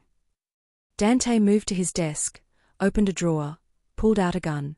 The casual way he handled it, checking the clip, chambering around, made my stomach drop. Stay behind me, he ordered. No matter what happens, stay behind me. We moved into the hallway. Too quiet. The penthouse should have had guards, staff. But everything was silent except for the hum of emergency lighting. Where is everyone? I whispered. Dead or incapacitated. Dante's voice was flat. Derek didn't come alone. We made it to the elevator before they found us. 3 men, all armed, all wearing masks. Not professionals, their movements were sloppy, nervous. Hired muscle. Desperate men Derek had paid to do his dirty work. Dante moved with lethal precision. 2 shots, 2 bodies dropping. The third man got a shot off, the bullet hitting the wall inches from my head. I screamed. Dante tackled the shooter, driving him into the ground. There was a sickening crack, the man's head hitting marble, and then stillness. Run, Dante gasped, blood seeping from his side. He'd been hit. Maya, run. I'm not leaving you. Go. He shoved me toward the stairs. Down to the garage. Take my car. Drive to my parents' estate. The code is 4-7-2-3. Go now. More footsteps, more shouting. Derek's voice, high and frantic. Find her. She has to be here. Dante raised his gun, positioning himself between me and the approaching threats. Run, Maya. Please. I ran. Down the stairs, my footsteps echoing off concrete. Behind me, more gunshots. Dante's voice, calm and commanding even in crisis, shouting orders. I burst into the garage, found Dante's car, his keys miraculously in my pocket. He must have slipped them there without me noticing. My hands shook as I started the engine. The garage door began to rise. Almost there. Almost free. Then Derek stepped out from behind a pillar, gun in his shaking hands. Stop, he said. Turn off the car. I should have hit the gas. Should have run him over. But I froze, looking at this man who terrorized me for so long. He looked terrible. Unshaven, hollow-eyed, barely holding himself together. A man at the end of his rope with nothing left to lose. Why? I asked, my voice steady despite my terror. Why can't you just let me go? Because you destroyed me. His voice cracked. You took everything. My job, my reputation, my future. Everyone thinks I'm a monster because of you. You are a monster. I met his eyes. You hurt me, Derek. For 2 years, you hurt me. And when I finally got away, you couldn't handle losing control. I loved you. You never loved me. You loved owning me. There's a difference. His finger tightened on the trigger. Get out of the car, Maya. We're going to end this. Together. No. The word was firm, final. I'm done letting you control my life. Shoot me or don't. But I'm leaving. And you're going to have to live with the consequences of everything you've done. I shifted the car into drive. Derek's hand trembled, gun wavering. For a moment, I thought he'd actually shoot. Thought this was how it would end, killed in a parking garage by a man who couldn't accept that I was never his to begin with. Then Dante appeared behind Derek, silent as death. Before Derek could turn, Dante had him disarmed and on the ground, guns skittering across concrete. It's over, Dante said, his voice cold as winter. Blood soaked his side, but his grip on Derek was unyielding. Whatever you thought you'd accomplish here, it's over. Police sirens wailed in the distance. Dante's security team burst into the garage, weapons drawn. It was chaos and relief and the sharp edge of survival. Derek was dragged away, still screaming. You'll pay for this. Both of you. This isn't finished. But it was. I could feel it settling over me like a blanket. The fear that had lived in my chest for 8 months finally easing. I got out of the car and ran to Dante. He was swaying, blood loss catching up with him. You're shot, I sobbed, pressing my hands to the wound. Just a graze. His smile was weak. I've had worse. You're an idiot. You could have died. Worth it.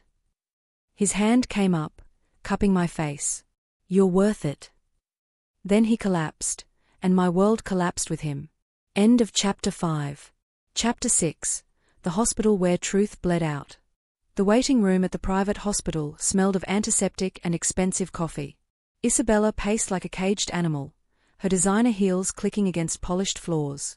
Salvatore sat motionless in a corner, his expression carved from stone. Marco tried to comfort me, but I couldn't hear his words over the roaring in my ears. Dante was in surgery. The bullet hadn't just grazed him, it had nicked an artery. He'd lost consciousness in the garage, blood pooling beneath him while I screamed for help. He'll be fine, Marco kept saying. Dante's too stubborn to die. But I'd seen his face. The greyness of his skin. The way his breathing had become shallow and labored. He'd almost died protecting me. Gabby appeared beside me, pressing a cup of tea into my shaking hands. Drink. You're in shock. I can't. Drink. Her voice was gentle but firm. Dante would want you to take care of yourself. I sipped mechanically, the warmth doing nothing to ease the cold lodged in my chest. This is my fault, I whispered. If I'd never gotten into his car that night. Then Derek would have found you eventually. Gabby sat beside me, taking my hand. And you'd be dead. Dante saved your life, Maya. Multiple times. Don't dishonor that by blaming yourself. But his. Fighting. Like he always does. She squeezed my hand. My brother has survived worse than this. He'll survive this too. 2 hours passed. Then 3. The surgeon finally emerged, still in scrubs, exhaustion etched into his features. He's stable, he announced, and Isabella nearly collapsed with relief. The surgery went well. We repaired the damaged artery, removed the bullet. He'll need recovery time, but barring complications, he should make a full recovery. When can I see him? The words burst out of me. The surgeon's expression softened. He's asking for you. Room 304, 3rd floor.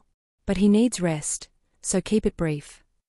I didn't remember walking to his room.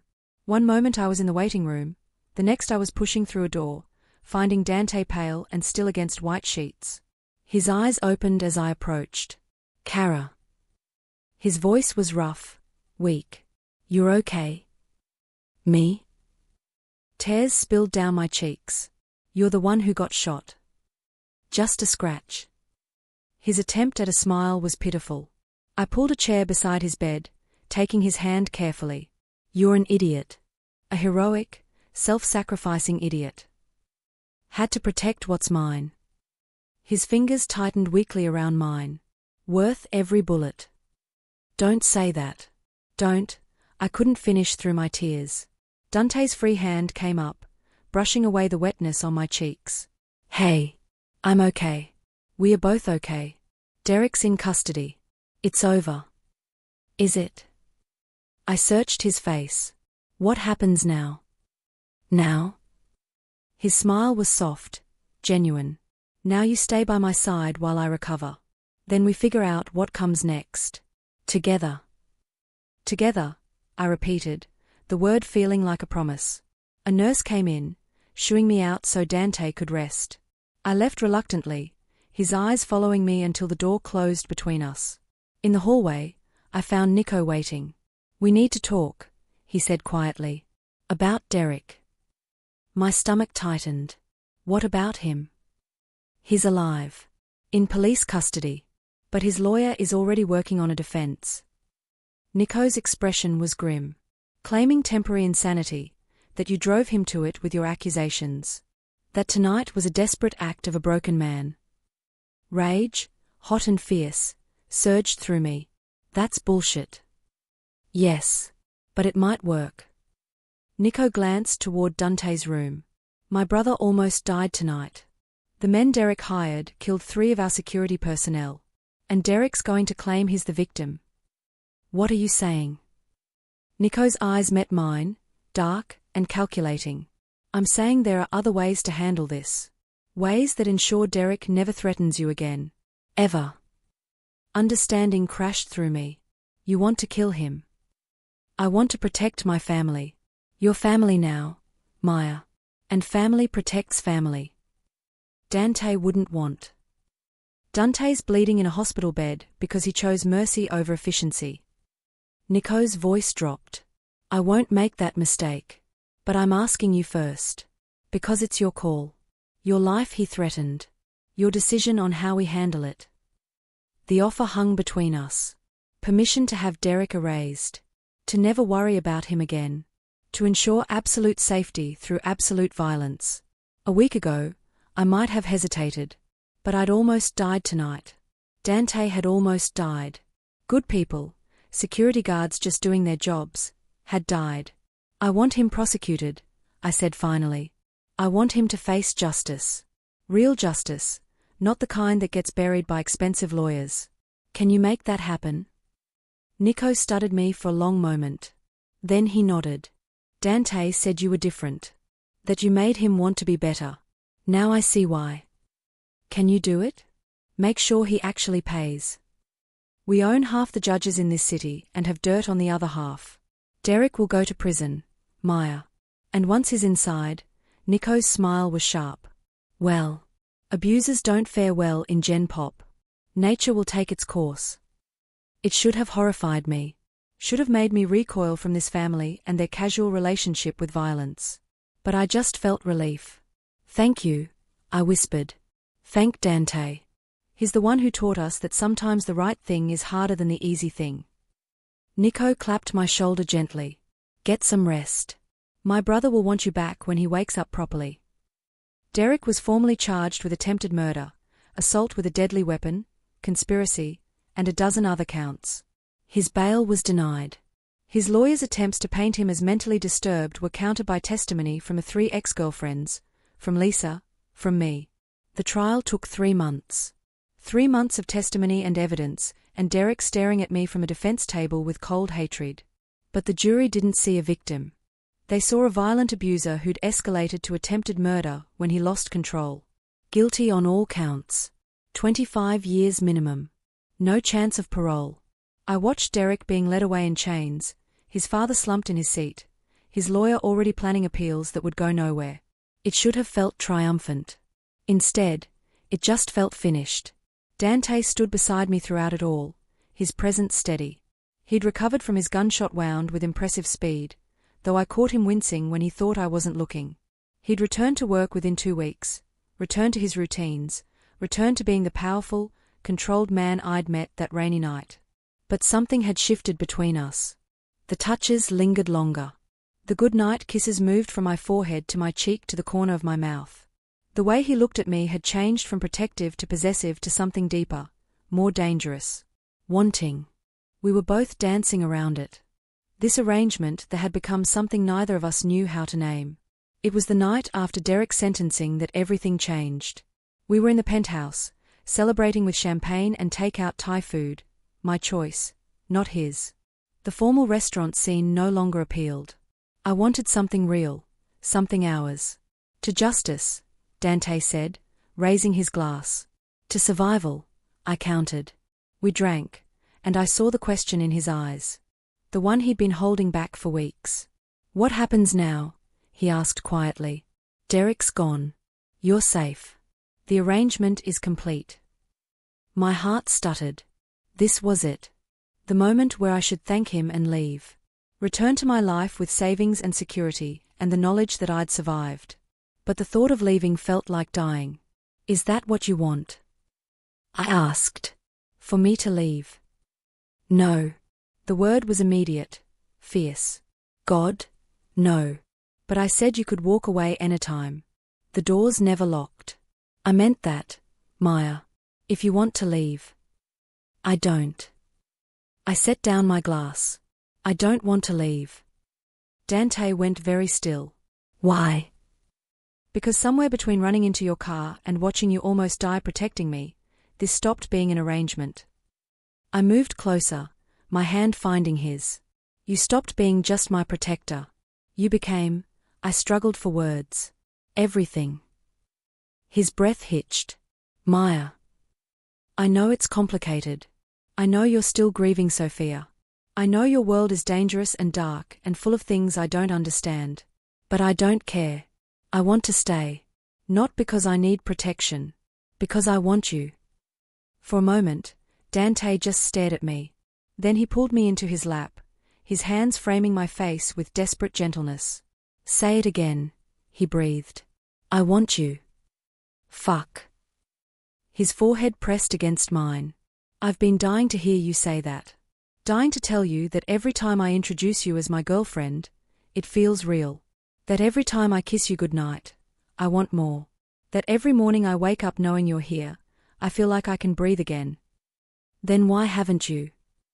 Because I was terrified. His thumb brushed across my lower lip. Terrified that if I pushed for more, you'd realize what you'd gotten into and run. Terrified that my feelings would scare you away. Terrified that I'd ruin this the way I ruin everything. You haven't ruined anything.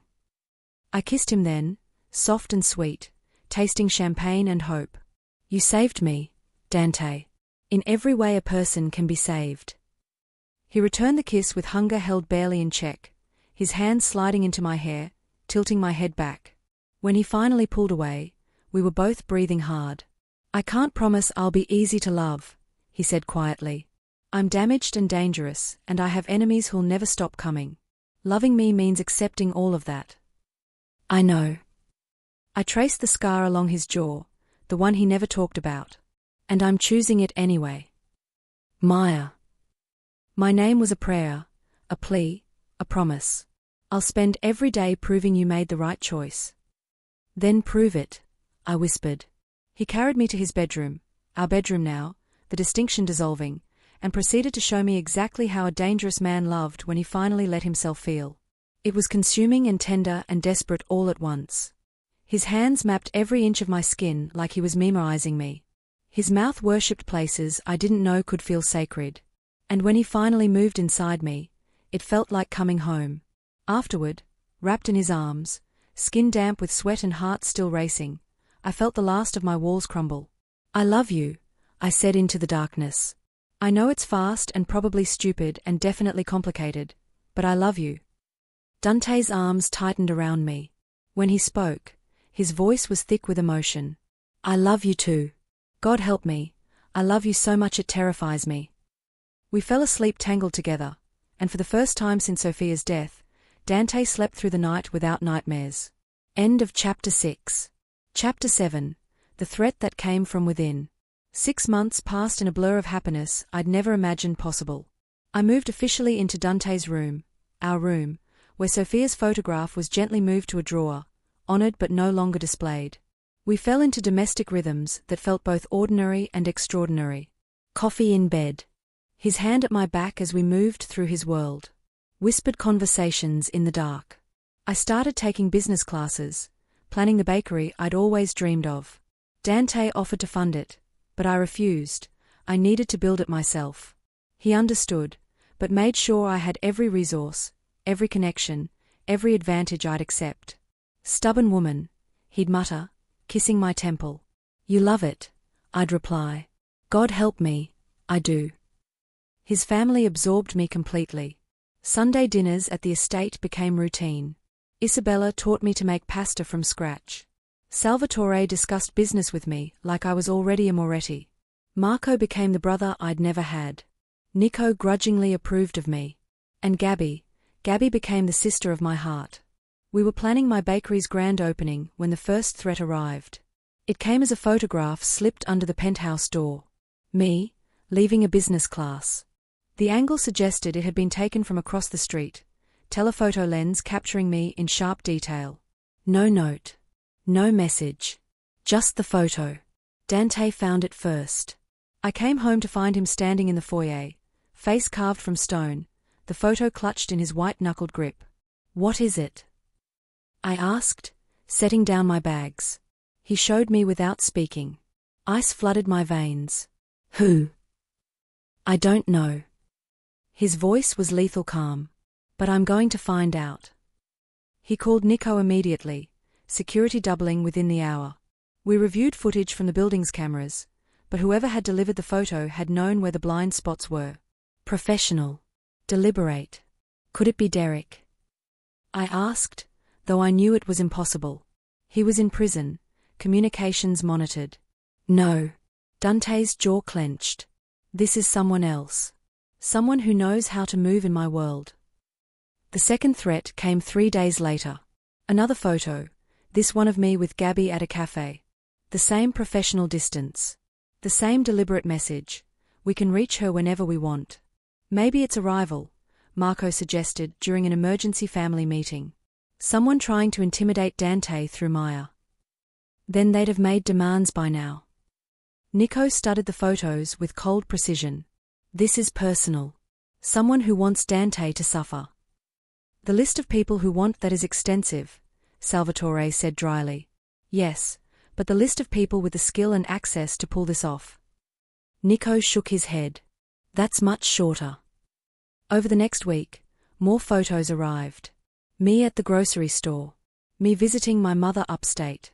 Me everywhere I went, always watched, always documented. Dante became a man possessed. He barely slept, spending nights reviewing security footage, interrogating contacts, pursuing leads that went nowhere. I watched him spiral, Watched the control he prized so highly begin to crack. You need to rest, I told him one night, finding him in his office at 3 a.m. I need to keep you safe. He didn't look up from his computer screen, his face illuminated by harsh blue light. I am safe. You have security everywhere. We are taking precautions. It's not enough. His fist slammed down on the desk, making me jump. Someone is watching you, Maya. Someone I can't identify, can't track, can't stop. And until I figure out who, you're not safe. We're not safe. I moved behind him, my hands settling on his tense shoulders. This isn't your fault. Isn't it? He finally looked at me, and I saw anguish in his dark eyes.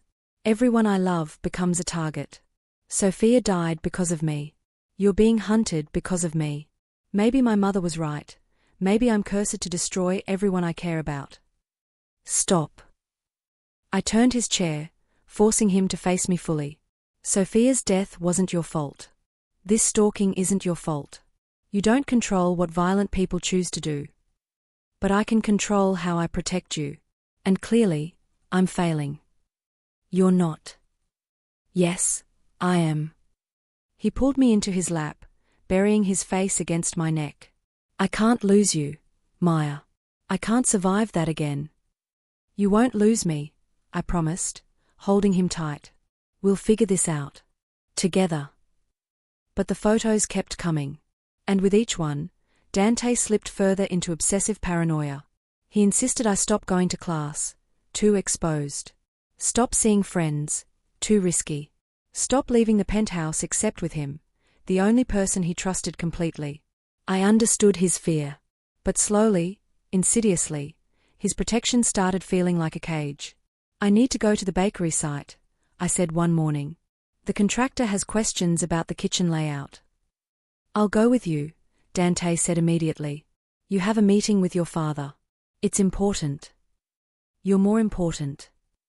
Dante, please. I have security. Tony and Marcus will be with me. I'll be fine for 2 hours. His jaw tightened. No. The word hung between us. Not a suggestion. A command. No. I repeated slowly. It's not safe. Not until we know who's behind the photos. So I'm just supposed to stay locked in here forever? Put my life on hold? If it keeps you alive, yes. He gripped my shoulders. I can't protect you if you won't let me. This isn't protection, Dante. This is control. His expression shuttered. I'm keeping you safe. You're keeping me prisoner. The words burst out before I could stop them. Derek controlled me by making me afraid. You're controlling me by making me dependent. How is this different? I saw the moment my words landed, saw him recoil like I'd slapped him. That's not. He stopped, something breaking in his face. I'm nothing like Derek. Then prove it. Let me live my life. Trust that your security is enough. Stop treating me like I'm made of glass. You don't understand the danger. I understand perfectly. But I won't trade one cage for another, even if this one is gilded. I grabbed my bag. I'm going to the bakery site. You can either trust me and your team to keep me safe, or you can lock me in here. Your choice. I left before he could respond, my heart hammering, Tony and Marcus falling into step behind me. The visit to the bakery site should have been routine. The contractor showed me layouts. We discussed timelines. I made decisions about appliances and storage. Normal. Safe. Until I saw him. A man across the street, camera in hand, pointed directly at me. Not hiding. Not subtle. Deliberately making sure I saw him. Tony, I said quietly. Across the street. The man with the camera. Tony's hand moved to his concealed weapon. Stay behind me. He and Marcus crossed the street, moving to intercept. I watched from the bakery entrance as they approached the photographer. Saw them exchange words. Saw the man smile, say something, then hand over a card before walking away. Tony returned, his expression grim. He says his employer wants to meet you. Gave me this. The card was simple, elegant. Viktor Kozlov. An address in Brighton Beach. My blood ran cold. Kozlov. Isn't he? Russian Mafia. Old enemy of the Moretti family. Tony pocketed the card. We need to get you back to the penthouse. Now. The drive home felt like hours, though it was only minutes. My mind raced. Viktor Kozlov. The name Dante had mentioned once, months ago, in the context of people you never wanted to meet. And now he wanted to meet me. Back at the penthouse, I found Dante pacing, phone pressed to his ear. He ended the call the moment he saw me. Thank God. Tony called. He said. Dante stopped, taking in my expression. What happened? I handed him the card. Watched his face darken, fury and fear warring for dominance. Kozlov, he breathed. It's been Kozlov this whole time. Who is he? Someone who's hated my family for 20 years. Someone who, Dante's jaw clenched. Fuck. I should have known. Should have realized. Realized what? He looked at me, and I saw terrible understanding in his eyes. Sophia. The men who took her. They worked for Kozlov. He's the one who ordered her death. The world tilted. The man who killed your fiancée is now stalking me. Not stalking. Hunting. Dante pulled me close, his body vibrating with barely controlled rage. He's doing to you what he did to her. Showing me he can reach you. Terrifying me with the knowledge that he could take you anytime he wants. Why? What does he want? Revenge.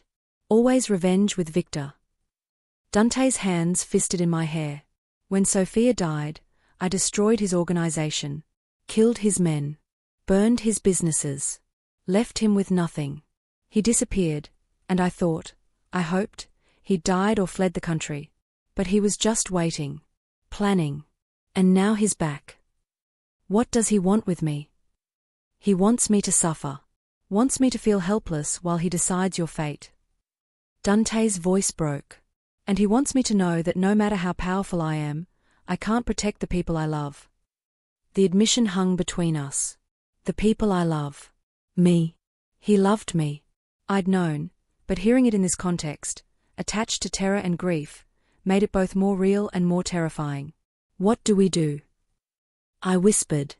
I keep you safe. No matter what it costs. Dante. No. He cupped my face, his touch gentle despite the fury in his eyes. I won't lose you the way I lost her. I'll burn this entire city down before I let Kozlov touch you. There has to be another way. There isn't. Not with Viktor. He doesn't negotiate. Doesn't compromise. He destroys completely or not at all. A knock at the door. Nico entered, his expression grim. Kozlov sent a message, he said without preamble. He wants to meet. Tomorrow, noon, the warehouse district. He says come alone or, Nico's eyes flicked to me, or Maya pays the price. Dante's face went cold, empty. The expression of a man who'd made a terrible decision and would see it through regardless of cost. Tell him I'll be there, he said flatly. Dante, it's obviously a trap. I don't care. If there's a chance to end this, I'm taking it. Then we come with you. The whole family. We end Kozlov once and for all. No. Dante's voice was absolute. He said come alone. If I bring anyone, he'll know. And Maya will pay for it. You can't trust him, I said desperately. He killed Sophia. He'll kill you too. Maybe. Dante pulled me close, pressing a kiss to my forehead. But I'm not letting him kill you. That's not negotiable. There has to be another way. There isn't. He looked at Nico. If I don't come back, you protect her. No matter what. Promise me. Dante. Promise me. The shout echoed through the penthouse. I promise, Nico said quietly. But you're coming back. We won't let you go alone, brother. We'll be there, hidden, ready to move if things go wrong. If you interfere, he'll know. He'll have people watching for exactly that. Then we'll be ghosts. Nico's smile was sharp, dangerous. Kozlov isn't the only one who knows how to set a trap. The rest of the day passed in terrible anticipation. Dante made arrangements, gave instructions, prepared for every contingency. I watched him move through his world with grim efficiency, already half gone to the place where violence lived. That night, he held me like I might disappear. We made love with desperate intensity, every touch saying goodbye, every kiss tasting like farewell. If something happens tomorrow, he started. Don't. If something happens, he continued firmly, I need you to know something. You gave me my life back. These 6 months with you, they've been the happiest I've had since Sophia. You made me believe I could love again, could deserve to be loved. Tears streamed down my face. Then don't go. Stay here. We'll find another way. There is no other way. As long as Kozlov lives, you're in danger. And I can't, his voice broke.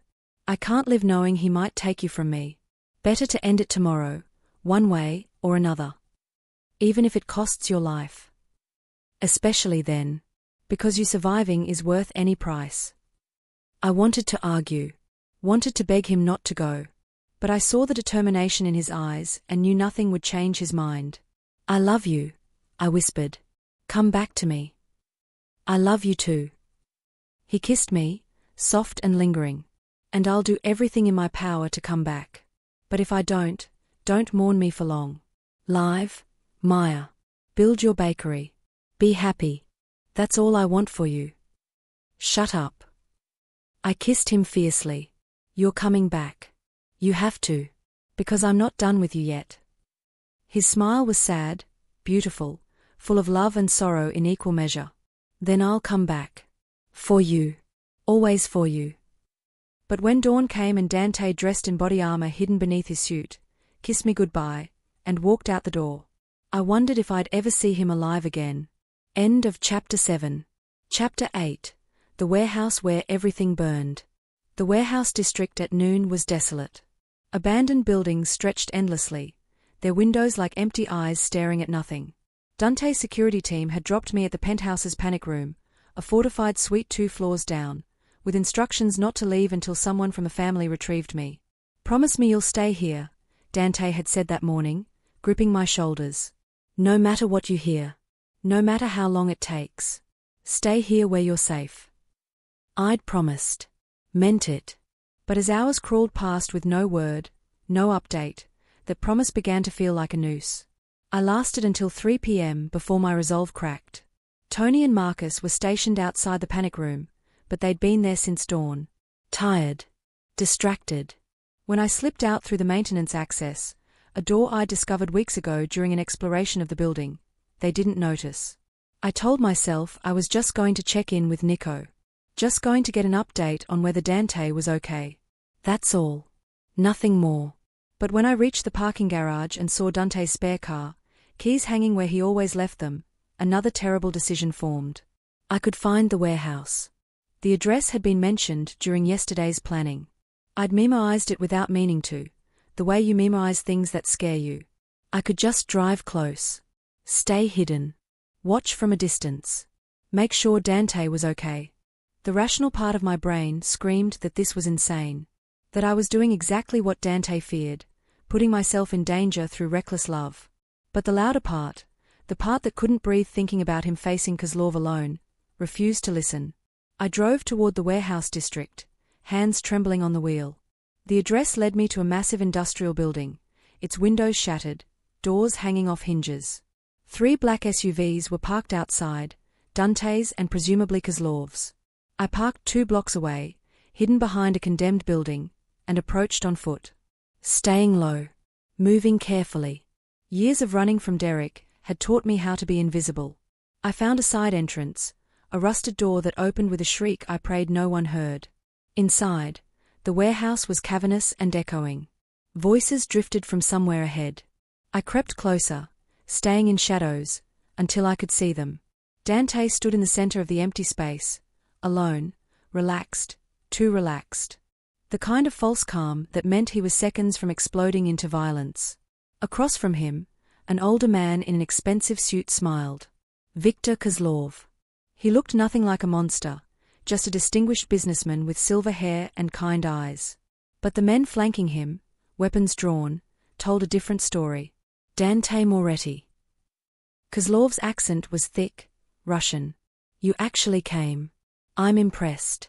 And disappointed. I thought you'd learned from Sofia not to walk into obvious traps. What do you want, Victor? Dante's voice was steady, controlled. What do I want? Kozlov laughed, spreading his hands. I want you to suffer the way I suffered. When you destroyed my organization, you didn't just take my business. You took my legacy. My son worked for me, Dante. 23 years old. You killed him. Understanding flickered across Dante's face. The raid on your warehouse. The one who fought back. The one you shot in the head. Kozlov's smile disappeared. My only child. My heir. Gone because you needed revenge for your precious Sofia. Your men killed her. On my orders, yes. No remorse in Kozlov's tone. An eye for an eye. You hit my territories, I hit what you loved. That's how this world works. So you take Maya? Kill another innocent woman to balance your scales. Oh, I'm not going to kill her. Kozlov pulled out his phone, showing Dante something on the screen. I'm going to do much worse. I couldn't see what he was showing, but I watched Dante's face drain of color. Watched his hands clench into fists. When? He breathed. 2 hours ago.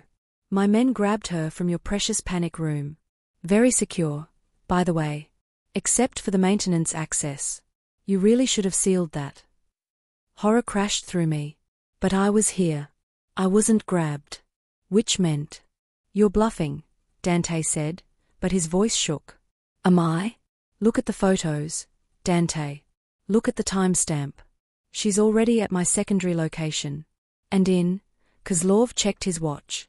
20 minutes, my men will begin making her suffer.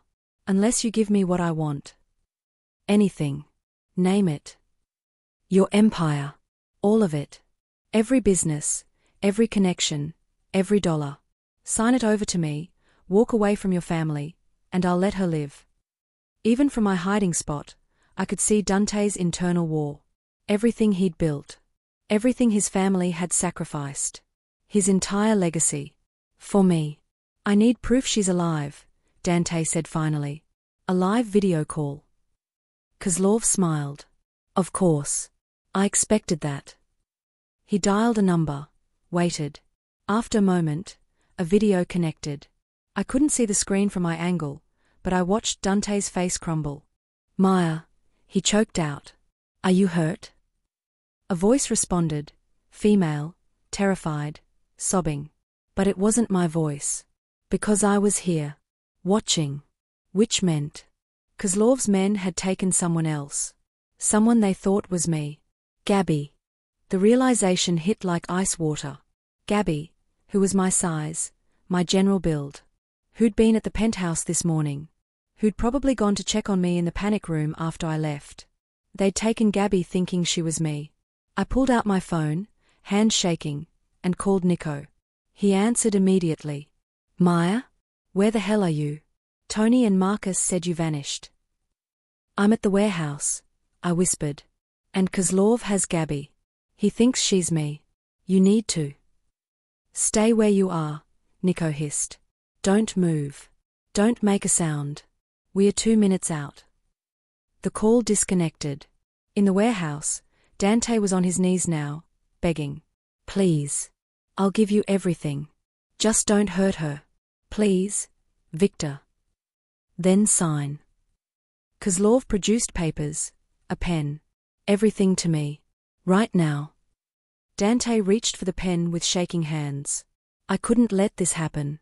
Couldn't let him sacrifice everything for me, when I wasn't even the one in danger. I stepped out of the shadows. Stop. Every head turned. Dante's face went white with terror and rage. Maya, no. I'm here, I said, moving closer. Which means whoever you have isn't me. Kozlov's expression darkened. He spoke rapidly into his phone, then went very still. My men say the woman they have looks exactly like the photos they were given. He showed me his screen, surveillance photos of me from the past weeks. Then another photo, recent. Gabby at the penthouse, her back to the camera. Same build. Same hair color. Same general profile. Your sister, Kozlov breathed, realization dawning. We took your sister. Let her go, Dante said, slowly standing. Your fight is with me, not her.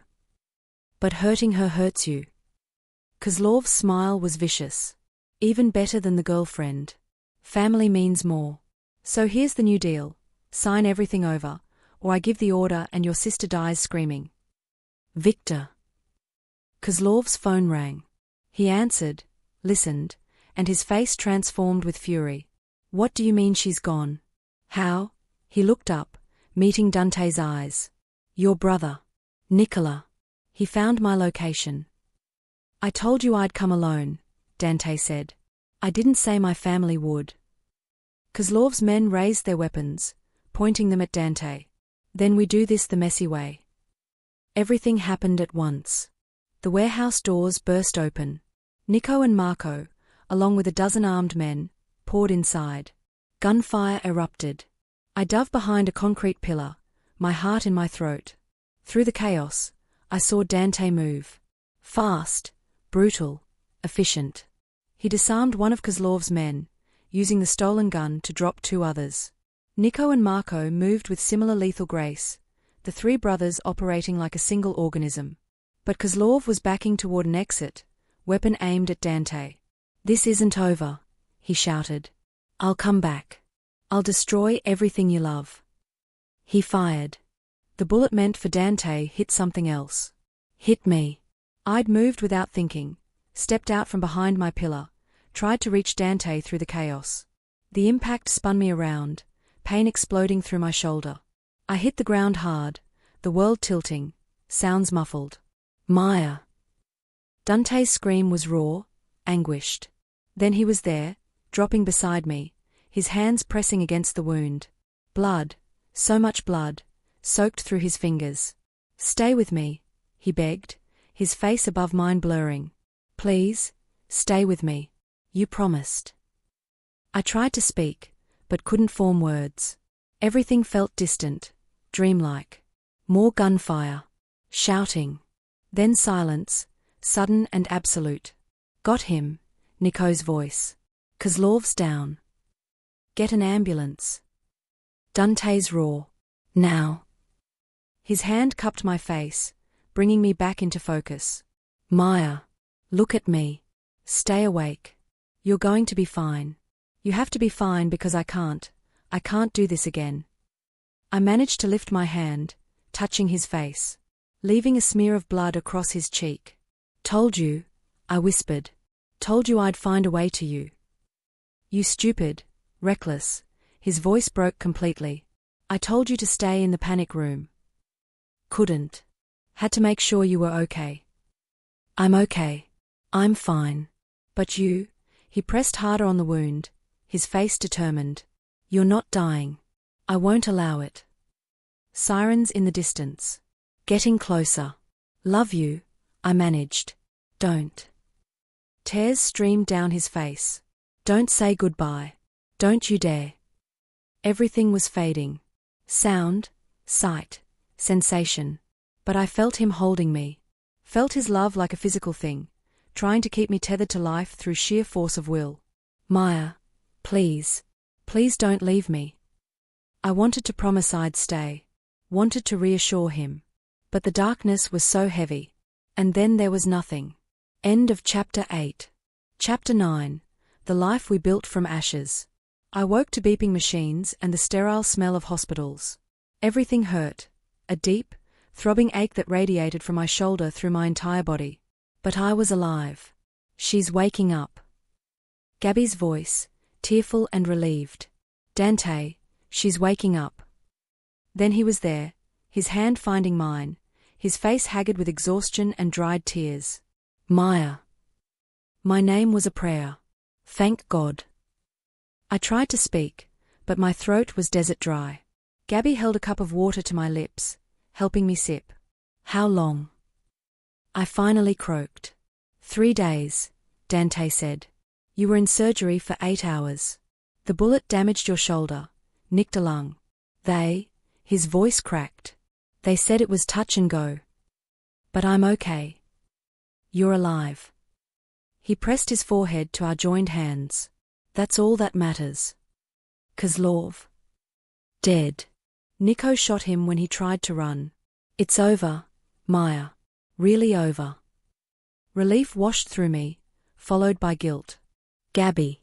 They took you because of me. They took me because I was stupid enough to go looking for you in the panic room. Gabby squeezed my other hand. But Nico's team got to me before they could do anything worse than scare me. I'm fine. You're the one who got shot. What were you thinking? Dante demanded, fury and fear warring in his voice. I told you to stay in the panic room. I gave explicit instructions. I had to make sure you were okay. So you walked into a war zone. His hand tightened on mine. You could have died, Maya. I could have lost you. But you didn't. I met his eyes. We are both here. We both survived. Barely. He stood, pacing. This is exactly what I was afraid of. The danger my life brings. You, bleeding on a warehouse floor because someone wanted to hurt me. This is why. He stopped, jaw clenching. Understanding dawned. Don't you dare. Don't I dare what? Use this as an excuse to push me away. To decide I'm safer without you. You are safer without me. Kozlov proved that. Kozlov is dead. The threat is gone. There will be other threats. Other enemies.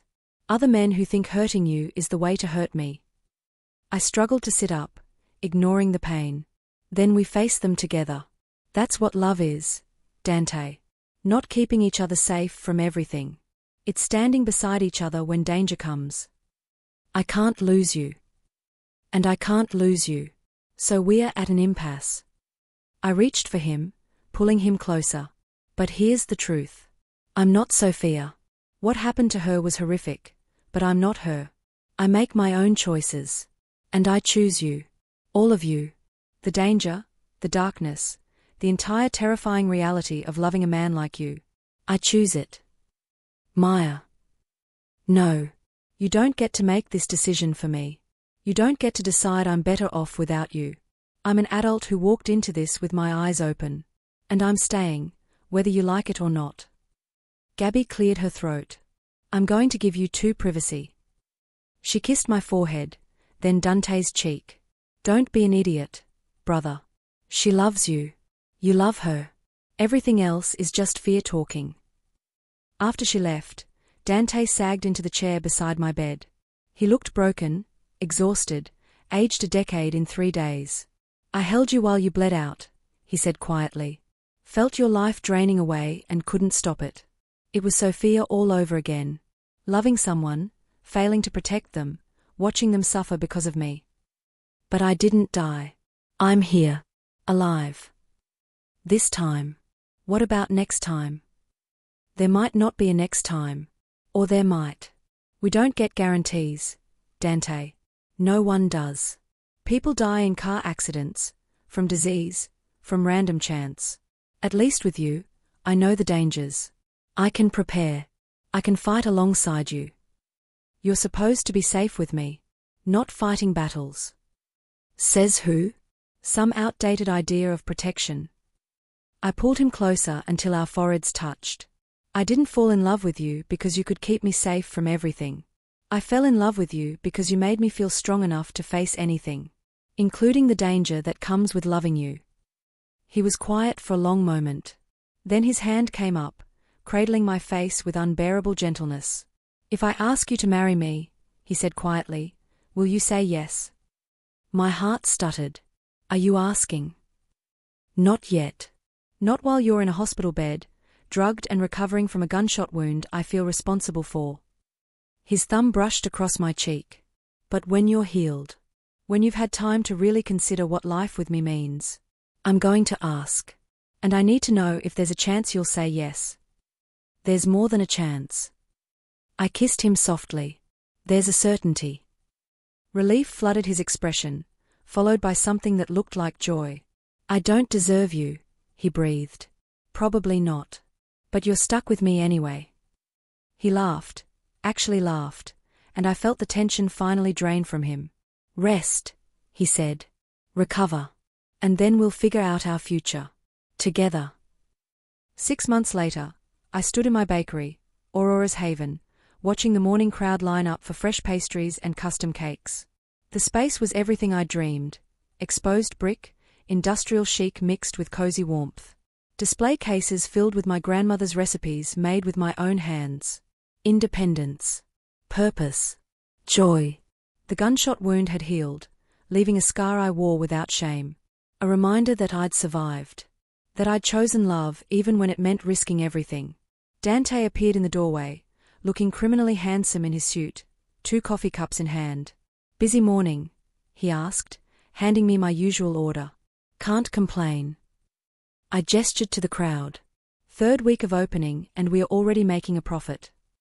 "I'm not surprised. You're brilliant." He kissed my temple.